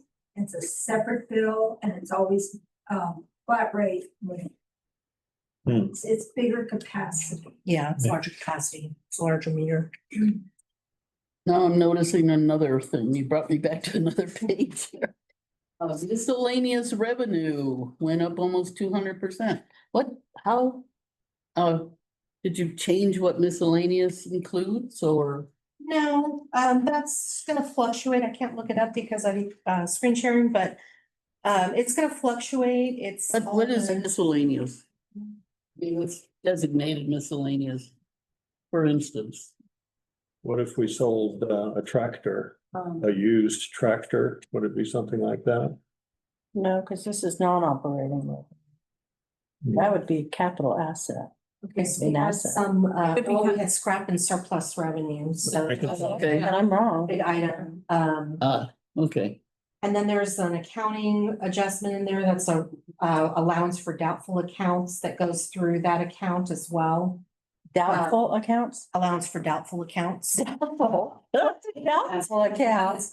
It's a, an accounts receivable adjustment that, Okay. you know, for all the accounts receivables. There's a offsetting entry to reduce it by the amount that you think may not be collectible. So for each one of our, for the CMM, for the standby, for each one of those different receivable accounts, we do that adjustment. But primarily, I think it's the scrap and surplus revenue. We did a lot of Remember all the recycling. Toyota trucks that we sold for much higher than we anticipated? okay. Yeah, I was just curious how it goes into miscellaneous. Yeah, Meter recycling. Yeah. You're recycling for the maybe replacement. we should say break out recycling. Oh, It's not, it's part of the meter replacement program, so that will definitely go down this. yeah, it's not as common. That we Right, have that, right. not in that quantity. But it might be a nice thing for us to understand what recycling or surplus funds you're making Yeah, well, we, and just lumped into miscellaneous. yeah, yeah, we'll have to talk about that. I think it's, you know, there could be any number of different things that come up from. Very hard to estimate, of course, but Yeah, and, you know, to have a separate account for each one of those. oh, yeah. Different too. things that, you know, comes up from year to year. Whatever works. Yeah, it could be a lot, but other questions? Nope, okay, so I'm gonna move on to the, sorry, I just closed my. I'm gonna move on to the prior year comparison.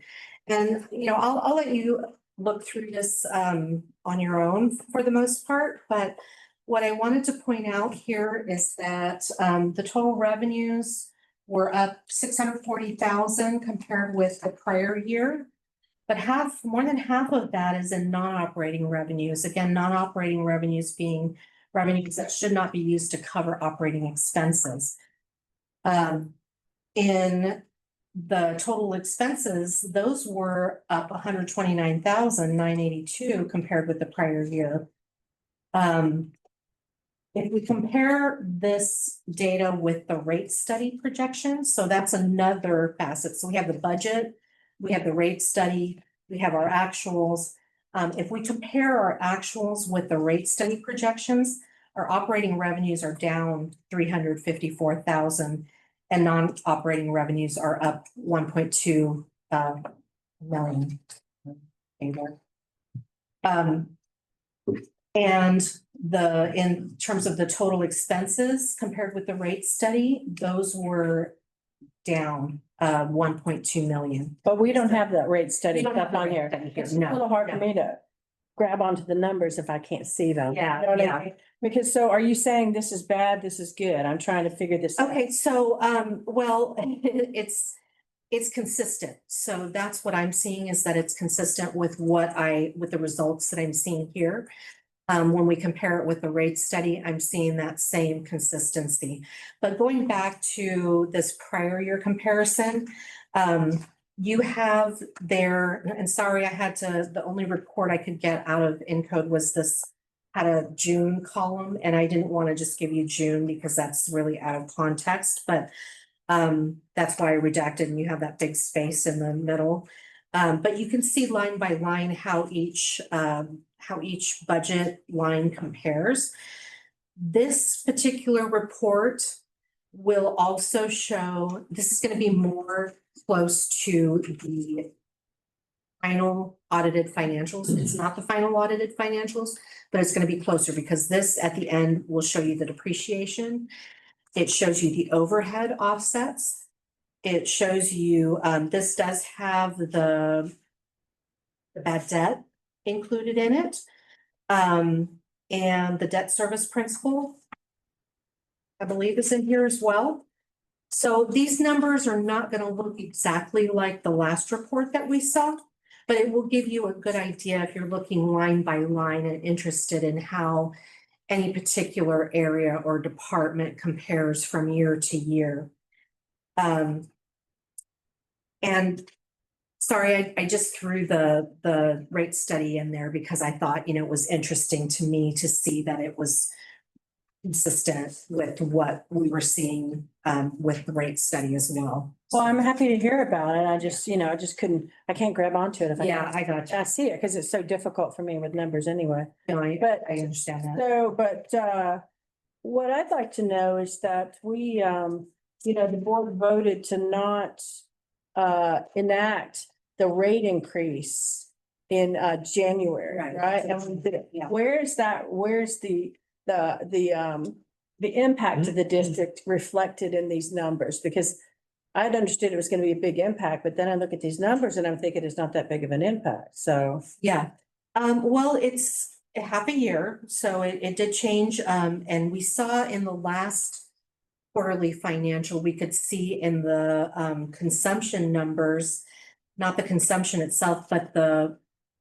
consumption revenue per unit, that was showing in the last quarter, that was showing that decrease in the, or not decrease, but lack of an increase in the rates. On the full year, you're not really going to see it because first of all, it was just half a year, but because you have so much offsetting it with the non-operating revenues, there's so much in terms of property taxes and interest that was not anticipated. But again, remember, we can't use those by policy, we can't use those revenues for operating expenses. And so we have to keep those operating revenues to where they cover the operating expenses. And so the operating revenues actually went down compared to, sorry, they went up. 3.97%, but not to the extent that they were projected to go up from the rate study. So in the rate study, remember, was 9%-ish. You can see here that the operating revenues where our metered water sales and our basic fees live, they just went up 3.97% from last year to this year. You mean the rate study was, we were gonna increase the rates by 9%? Is that what you mean? Approximately. And so therefore we should see approximately a 9% increase. There are some other factors in play, though, like differences in consumption, changes in consumption. So if consumption's going down or consumption's going up, it's going to skew that. Where was that 3.97%? So the variance, so I'm still trying to get to, like, where was the really, really bad impact? We were being told that, you know what I mean? This was, dangerous territory we were in, and it doesn't seem like, so what kind of an impact is it making for operating revenues for the district? How much do we know? Well, for operating, we are actually, when we budgeted, we were scraping by with being able to cover our operating expenses with our operating revenues. Now, the way the result came in higher, the result came in, looking for the right page. Are we looking at basic fees? We're looking at, so page 40. Oh, Yeah, so going back to page 40. So our operating revenues, 1.3 million higher than the operating expenses.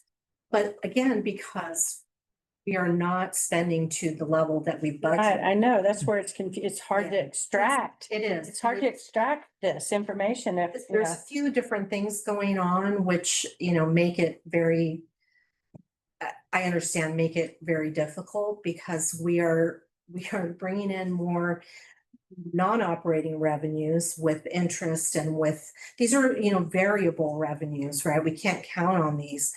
And we're bringing in more of that than ever with property taxes and interest and, and capacity charges, which are restricted. So we can't use those, except for qualifying purposes. We, at the same time, are spending much less than we have historically. We're spending much less than we budgeted. And that's not always a good thing. So we're spending less. That sounds good, but because we have a paused program right now, there are a lot of expenses that are on hold that are, not being incurred that we would anticipate should be. So So basically, if those expenses were in place, then we would be looking at much closer to what we budgeted. So doesn't it seem then like it's a good thing that we delayed the increase to the ratepayers, like the board wanted to, after what we had happen with, our programs going I away? think it was a good year for it to happen, because we did have some less spending. But, should we become, or when we become Yeah. fully staffed and these projects are fully moving forward, those numbers are gonna look very different. Yeah, I think, I just think, you've done a lot as far as reporting, and we get different information, and you know what I mean? And I appreciate that. But it would be great if I could understand, how much an impact that had on, the JBWD, because right now I wouldn't be able to articulate that to anybody. I think it was, if I remember correctly, I think it was somewhere in the neighborhood of 600,000 that we were not generating because of the paused rates. But as Sarah said, it was really good timing if there is such a Lucky, thing, fortunate, because of the other side, the spending side Yeah. went down so much right now. But compared with what we should have been generating, that certainly is not where we were. That's not necessarily terrible. It's, it's not what was intended. It's not what was planned.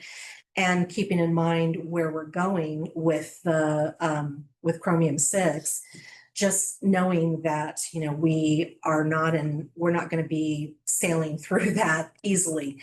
That's going to have a tremendous impact on the district. And so I don't think it was a terrible thing. I don't think it was, I think it was good timing, like Sarah said, really, for something like that to happen. But to continue that long term, I think would have been getting to be problematic. Yeah, meaning we can't do it long term because we went through those raising the rates because of the Chromium 6, although we're still not really spending a lot of money on Chromium 6. And I've been challenged by that, right? Ratepayers have challenged me on that. So Yeah. Well, I do think that the fact that we looked at the costs early on, we incorporated some of the costs in this rate study that's currently in place, which will help to offset the additional costs that we have to incur later.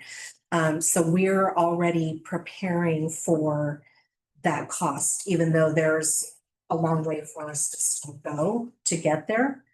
I think the shock, if we kept everything level and then suddenly brought in, a $60 million project, the shock would have been worse.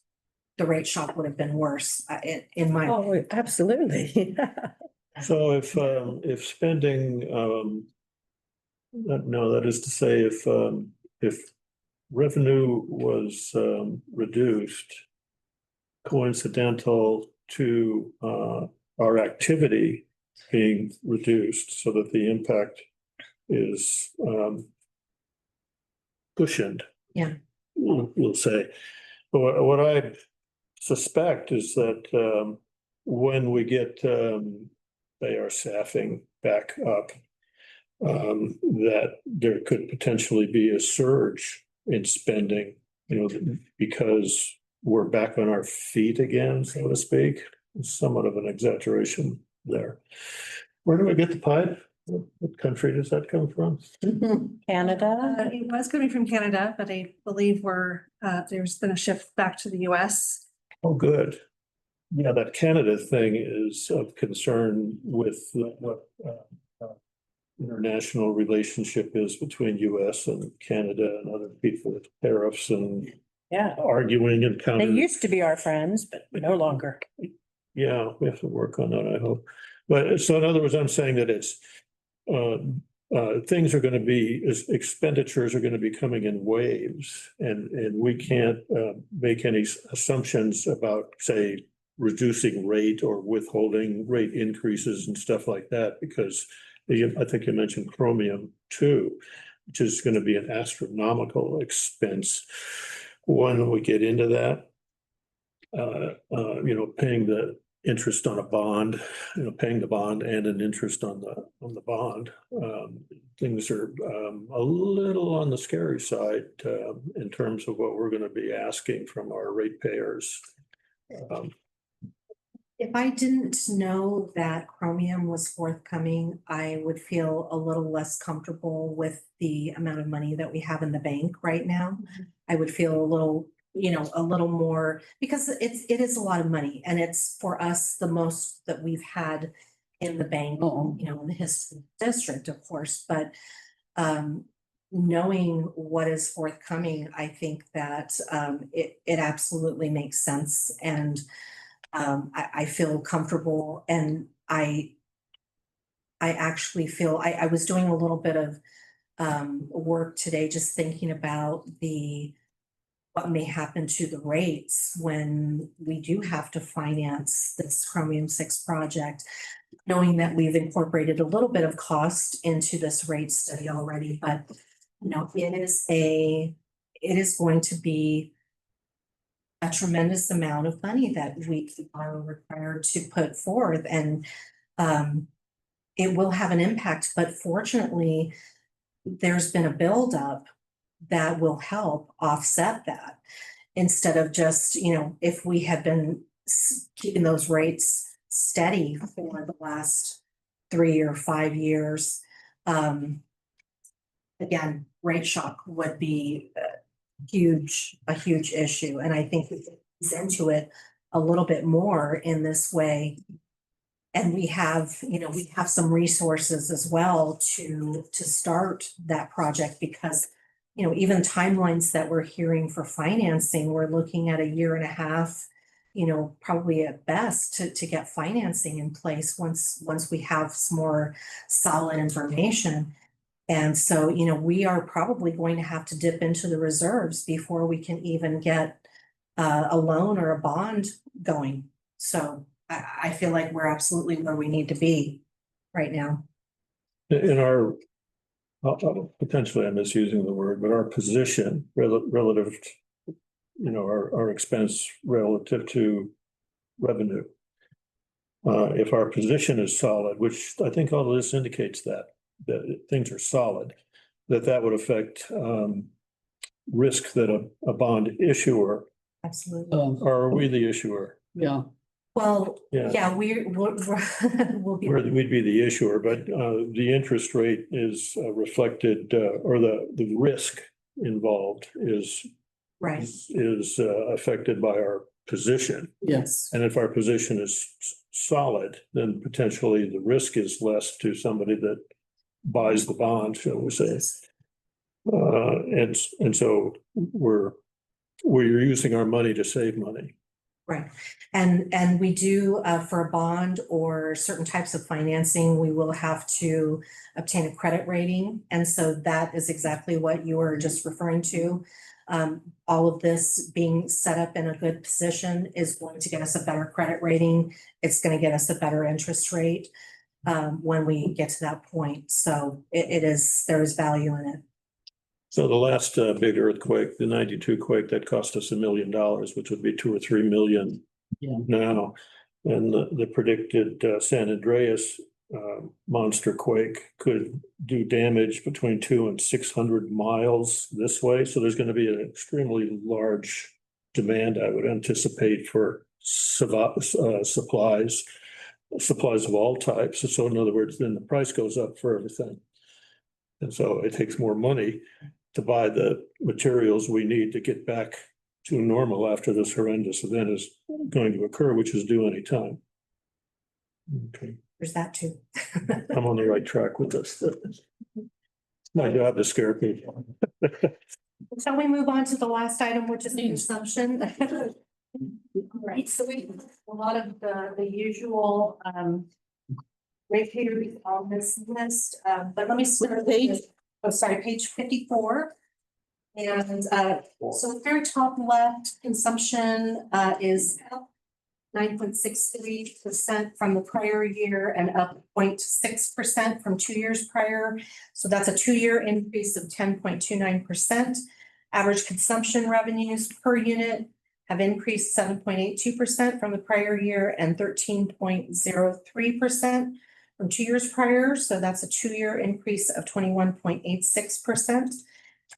And the top 10 consumers, again, very similar.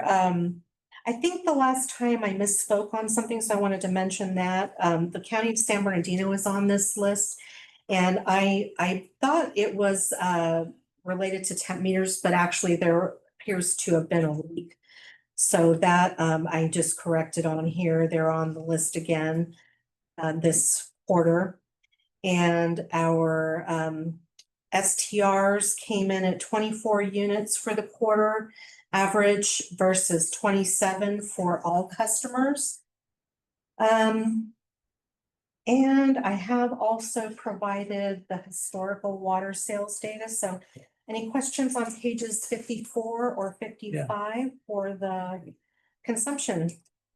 On the county of San Bernardino, okay, so it's not the JT Park and Rec. What else do they have?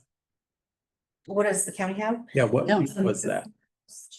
Yeah, that complex over there, Yeah, County complex. they had a huge leak there. they apparently have some sort of a leak going on, yeah, or had at that time, so. I saw it running down the road, actually. But we don't know about the leak, is what you're saying? No, I just, I don't know. I know you don't know. I know you don't know, but do you know? I'm not aware of it, and if it's their leak on their side. It's probably been resolved by now. This was back, as of through June 30th, so. I remember when they April. built the building, the county building, the 2-story, they forgot to put a water regulator on. Oh. Oh, That 12 years ago. oh, So, does this line 9 also include the money that they come and pump from our, when they come and pump water into their big trucks? oh, no, that's not the county. That's not the county. That's a private company that does that.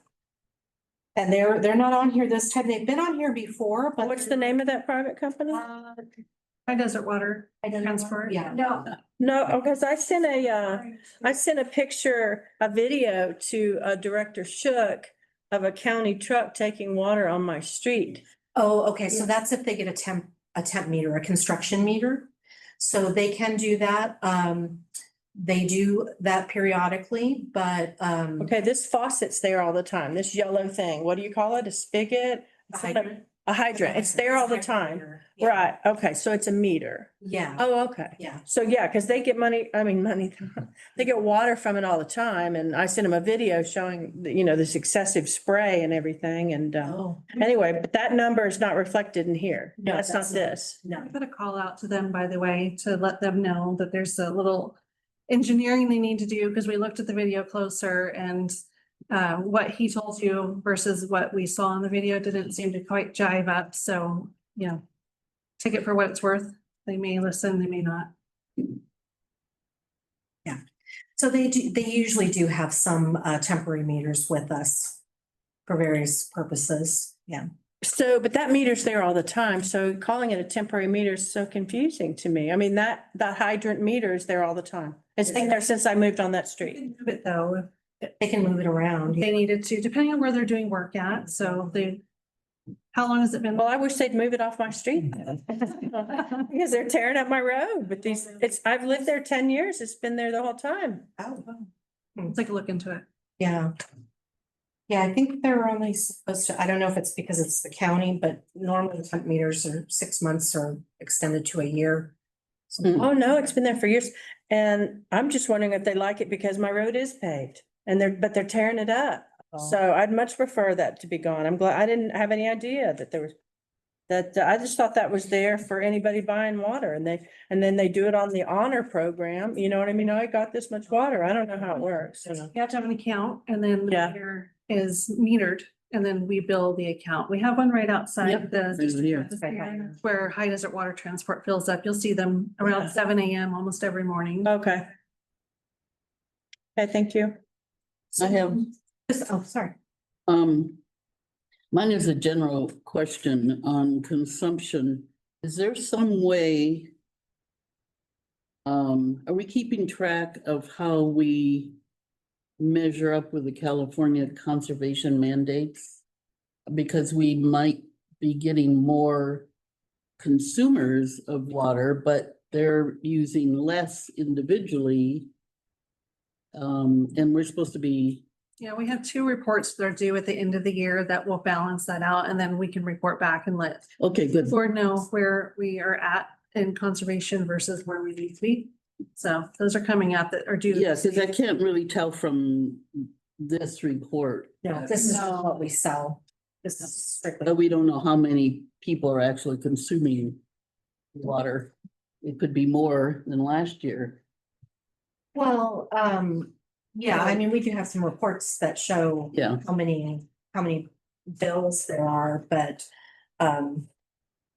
yeah, it's a different type of reporting, so okay. what you have. I would like to hear how we're doing. Official for that. I haven't heard much from the state point of view as to whether they're adjusting them or not. Thank you. See that. I haven't heard anything. Yeah. Kathleen, I was just gonna say, if you are collecting the newsletters every month, we state 3 months in arrears what the per capita usage is. And then. Okay, I must have missed that. 12 months, it's Yeah. on the first page. Okay, I'll look. 12 months, and then divide it, that'd tell you if we're hitting the, was it supposed to be, 50 gallons per capita? Yeah, No, we're not anywhere close. right. That's what I'm, actually, I have seen that report, but I wasn't sure. Not, Yeah, winter, we get down to maybe 70, 72. But right now, Some I think coolers. it's October, my report was around 127 gallons. So we, per person, that's for high water heat season, right, 3 months in the rears, that would have been July. right. So we gotta take the average for the year, and then we'll see where we are. Okay, that's what I'm curious about too. So, the graph is kind of interesting, I think, to see that fluctuation again, but no big surprises there. Looks like it's relatively consistent, again, going from, except for the COVID year. But basically after the conservation mandates started, the water consumption went down and really stabilized fairly well. 22, 23 and 24, a little bit down for some reason. Jumped up this year though. And then jumped up a little bit more this year, but not too far off, so. Just for informational purposes. Any questions about any of this or any of the report overall? I would say good that we have vacation rentals on them, because we had a lot of misunderstanding about that, their usage. Good, But that's on the report. good. all righty then. Is there a motion to approve the 4th fiscal quarter report ending June 30, 2025? So moved? Is there a second? I'll second. Thank you very much. General Manager Johnson, roll call, please. President Flores, Yes. Vice President Doodle, yes. Director Pick, Yes. Director Jarlsberg, Yes. Director Short. Yes. Thank you. Motion carried. Reports and comments. For informational purposes only on subjects not covered by the agenda, the opinions of individual directors are not necessarily the opinions of the board or the district staff. No action will be taken. The board may provide staff with requests for future agenda items. Vice President Doolittle, please. Okay, so I just had a couple of things. I already talked about the Aqua Legal. I'm still just a little concerned about the phones and the tablets being left on and the cost of that, so maybe we can just talk about that offline. I'd just like to understand that a little bit better. So on a future agenda, can we talk about, because I missed the meeting or the presentation by Jacobs, and I just want to talk about, have some sort of discussion among the board, because we, otherwise we can't talk about it, about consolidation and also about adjudication. And I just want us to, talk about what it would mean to consolidate, because I can see that with these costs coming from regarding chromium, as a business person, I would say you guys need to consolidate. It doesn't need to be, so expensive across the Morongo Basin. And I'm afraid the state is going to come in and say that. And so I want us to be talking about this and thinking strategically, and also regarding adjudication. I just, want to understand that a little bit better. So that's all I have on that. And then I just wanted to say, in light of current events, I just want to, Oh, go ahead.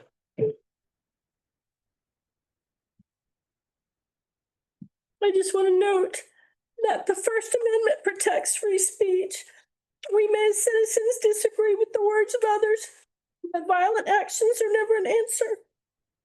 Although I often personally did not agree with what I thought were a lot of times the inflammatory words of the recently murdered Charlie Kirk, I would like to say, may God rest his soul. That's it. Thank you. All for me.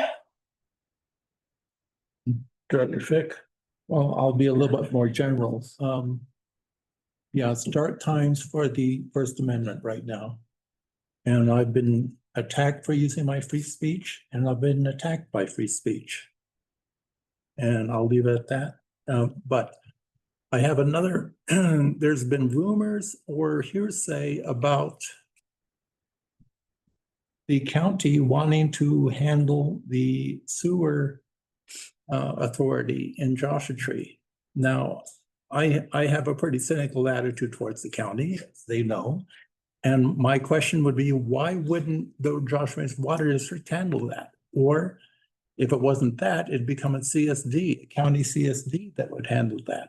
Or who else? Now, my question to the director, it'll happen later, but my question is, who is forwarding this concept?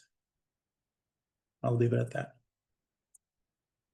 Director Charlesburg.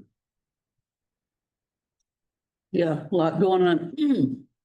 Kind of brings up a couple of reports that happened at the regional CSDA meeting on Monday.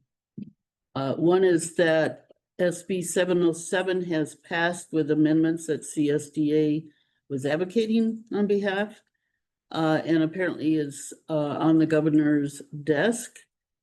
But this is, I think we need to know more about it. I haven't had a chance to look it up more thoroughly, but it is in regard to the Brown Act, the future of our meetings, and that has a lot to do with free speech and appropriate speech at boards and such. So it behooves us to know exactly, and maybe we could have a little workshop on that once the actual bill is passed and talking about the.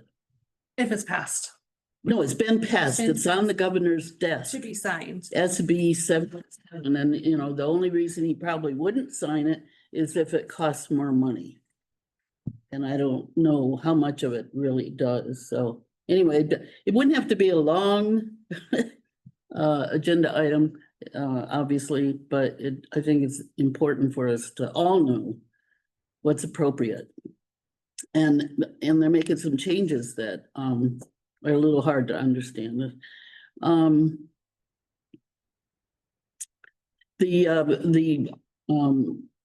The people that presented on Monday were very dynamic.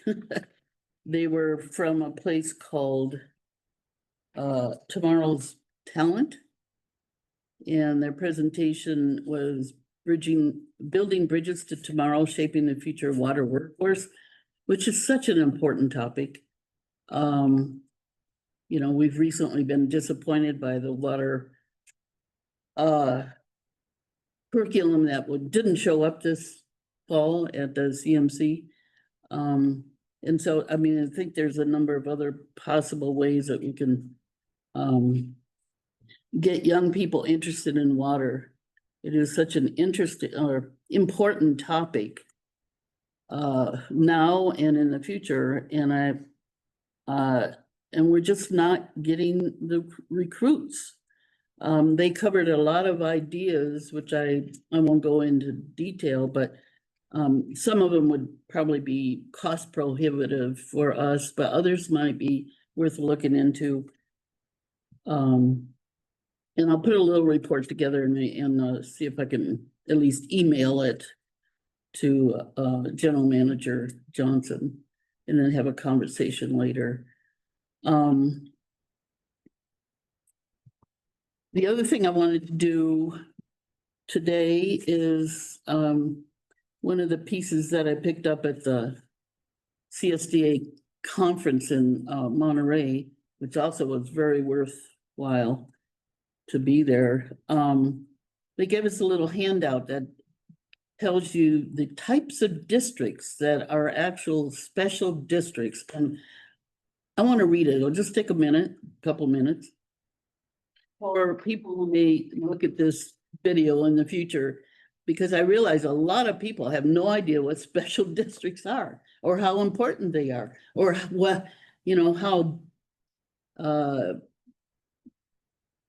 basic they are to everybody that lives in the country, in the state. Types of districts: water, irrigation, flood, and utilities, community services districts, sanitary and sanitation, cemetery, mosquito abatement and vector control, recreation and park, and memorial districts, which is different than cemeteries, fire protection, airport, port and harbor, resource conservation, AQMDS and LAFCOs, healthcare, libraries, and JPAs and other essential services. It blows me away when I read that list.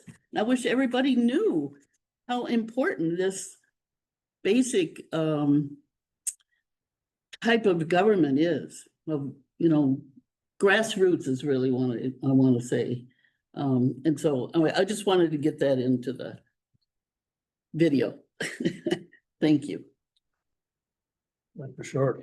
Yeah, I wanted to actually suggest a future agenda item. I was looking through these refund checks, and I know that we do like a soft credit check to see how much these down payments are or the deposits are.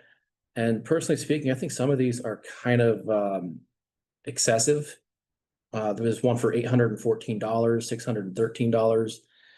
I mean, we are a low income community and moving's expensive, and hitting somebody with something like that could really sidetrack them. So I would like to review that one of these days. That's not a problem. I don't believe those refunds that you're reading though are the deposit.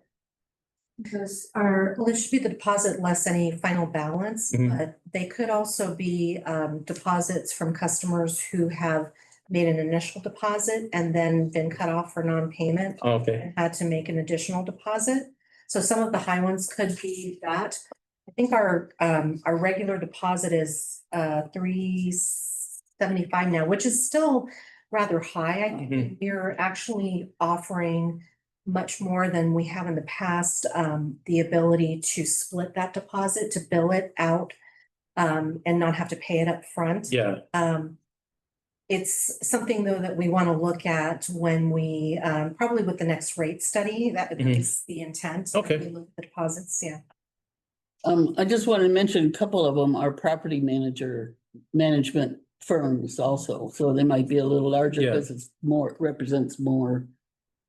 They should be the same. They shouldn't necessarily be different because they're property managers, but we'd have to look at the individual accounts to see exactly what's going on there, yeah. The $800 one was a temp meter too. Oh, it was a Okay. temp meter.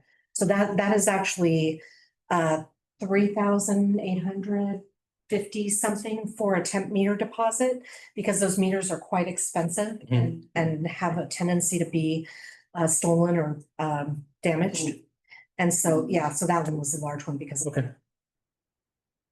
That's all for me. Thank you. We've been talking a lot about money, and at the end there, we were saying things about, you know, how much is it appropriate that we take from the community in exchange for water? When emergencies occur, the smaller ones occur with some frequency, pipes break.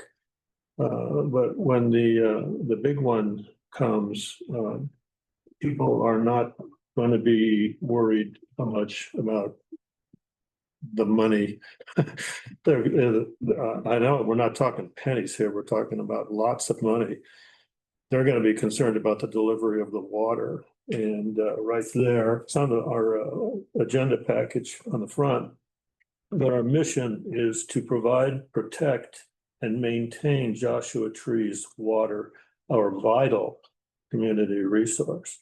Vital means pertaining to life itself. And money is of concern because we have so many people that are below the poverty line and so many people that are right on or slightly above the poverty line. And that's something I always bear in mind when we talk about rates and such. But ultimately, we have to be able to reliably deliver water. And we can't run out of money in our pursuit of that mission. It is a thought that I have on that. We've had some discussion of the First Amendment tonight, and I hope that as your president, I practice freedom of speech, freedom of exchange of information from this position that I hold here, that we apply the rules, Robert's rules, or whatever the rules it is of holding meetings. I apply those rules liberally. And I want anybody to be able to speak, and on second thought, speak again. I know we have a 3-minute limit on public comments, and I will be flexible on that if somebody really has something to say. And I have been flexible on it in the past. Regular folks don't necessarily speak in an orderly way, and they may need more than 3 minutes to make their point. And especially in view of the fact that we don't have a lot of public comments, why not stretch the rules a little bit and let people get something off of their chest? And also, it's one of the primary reasons why I'm at that market. It comes across as a joke when I say, feel free to come to the market and yell at the president of the board, but I mean it. And if somebody wants to say something, we had conversations with a couple at the market that it lasted about an hour just talking to these two people. And I'm proud of the fact that we took the time to do that and expressed an interest in what their gardening issues were, whatever it was, because that's what we're there for. But there's no limit to what people can speak to us about there. And if they want to yell at me about anything, whatever the water company is doing, then I invite that. Just give me a chance to talk back. That's all I have. General manager's report, please. Very good. I have a lot on my list, but I'm going to try to summarize it because I know it's getting late. Since we last met, we went live with our new GeoViewer updates. And that was a 9-month-long project to make that program work for us. And we rolled it out, and staff's pretty happy so far with the improvements and the workflows that are built into it, the approval processes. And so we've got a couple hiccups as you do with software, and we're having them come back on site to fix some of those little glitches. And anyway, it's been worthwhile project, and it took a long time to get to where it's at. Still more to do, And I know finance is waiting their turn to participate in the reporting functions, but just wanted to put that out there. It was a long project, and I'm glad that we're at that 80% mark, I'd say. We hired a new maintenance worker, really good young man. We're really excited to have him on board, and I'm just getting the most excellent feedback from the team. So that's exciting. We had more interviews yesterday, more interviews today. So hopefully we'll find somebody for some other positions in that group. And we may have found the new customer support person too. So lots of interviewing going on.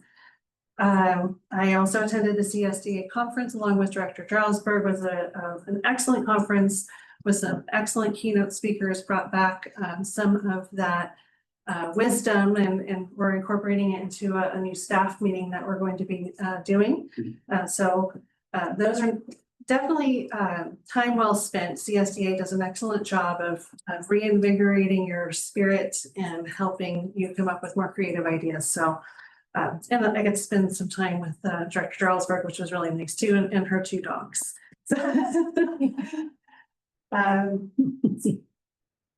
Tomorrow, Ann and I are meeting with a municipal advisor to begin that process for funding from 6. So we sat through, I'm not sure if you went to that seminar, but I went to the seminar at the CSDA conference on funding these types of projects and how complicated it is.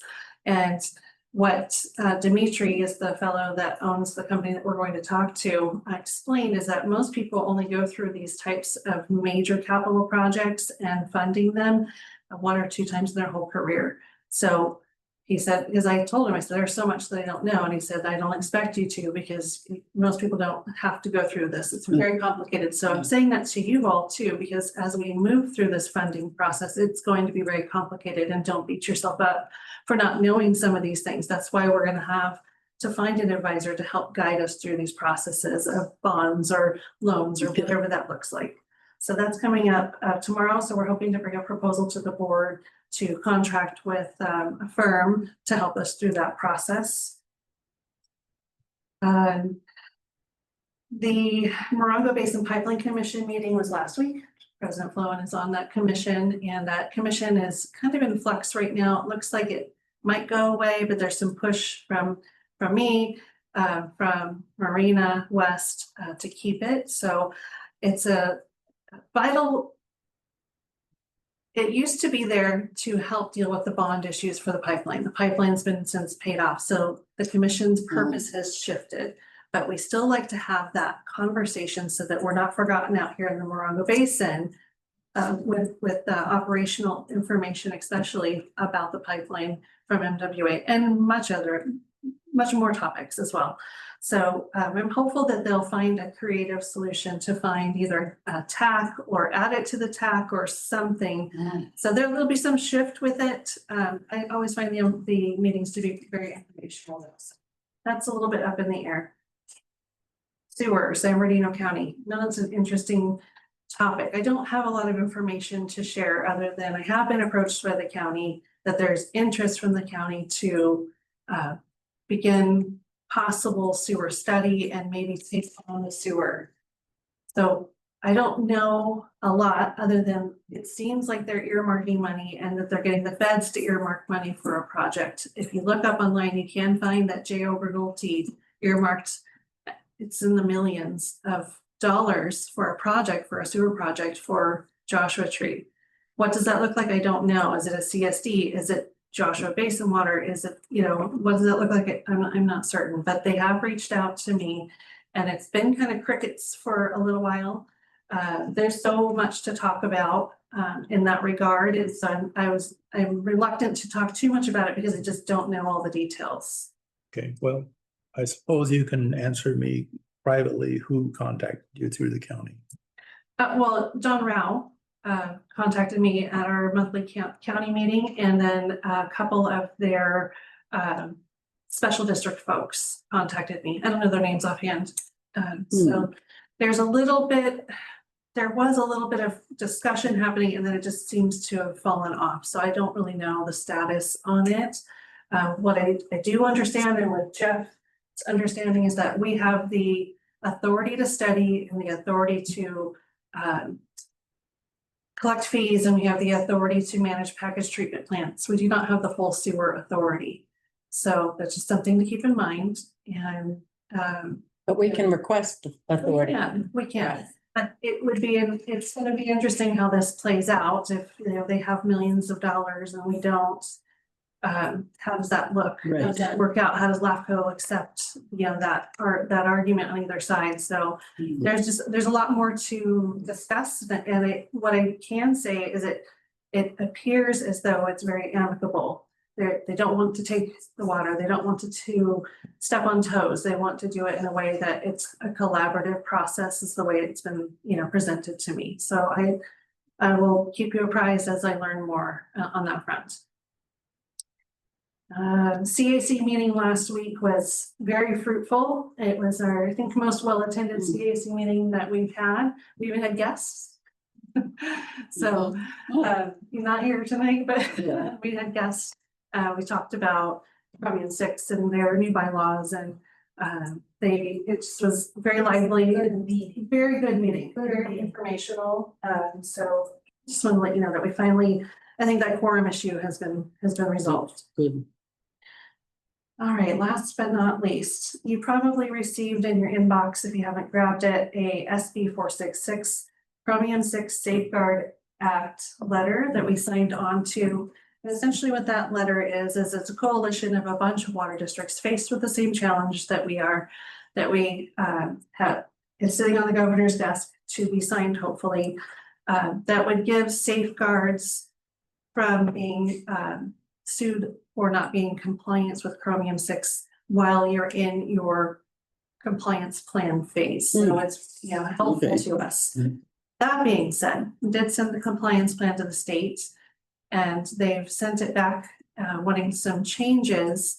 And I sent a message back that I'd be back in touch with them because it's a lot to contemplate. But essentially, in order to put a treatment plant online, they want a rolling annual average of what the MCLs are after treatment is turned on to then say, yes, this treatment works. And that means they want the treatment installed by January 2027. And that's literally just shy of a year away. And it's a little frustrating to me because it's setting us up to fail, because there's no way that we can get through design, engineering, CEQA, financing, installation, except piloting, and I'm not even going in order, in that very, very small amount of time. So a little bit frustrating, but I just want to give you an update of where that's at, sitting in my inbox, waiting to respond back to the state politely, of course, but let them know that, this is the set for failure. It's just impossible. We're not the only one in the boat. We're not unique in this matter. I'm sure many other districts are facing it, but it's very, very hard and a very heavy weight to be carrying, because we want to do the right thing. But in order to install very expensive treatment, as we've all seen how expensive it is, we have to do our due diligence and make sure we're making the right choice with treatment choice, with the cost of these things. Is there better ways to do it? And they're just making this timeline so truncated that we can't even really study the way that we want to. And then that being said, the last meeting that we had when Jacobs presented, that was very high level and hard to understand in some places. So Ray and I are going to bring back a Chromium 6 workshop to the board at some point between now and the end of the year to let Ray kind of coach you through, because he has a really eloquent way of doing that, very easy to understand. And so that's forthcoming. And then maybe, while we do that, we can talk about those other two topics that you brought up and kind of blend that into one workshop. And at least you're discussing, you have a platform on which to discuss them openly.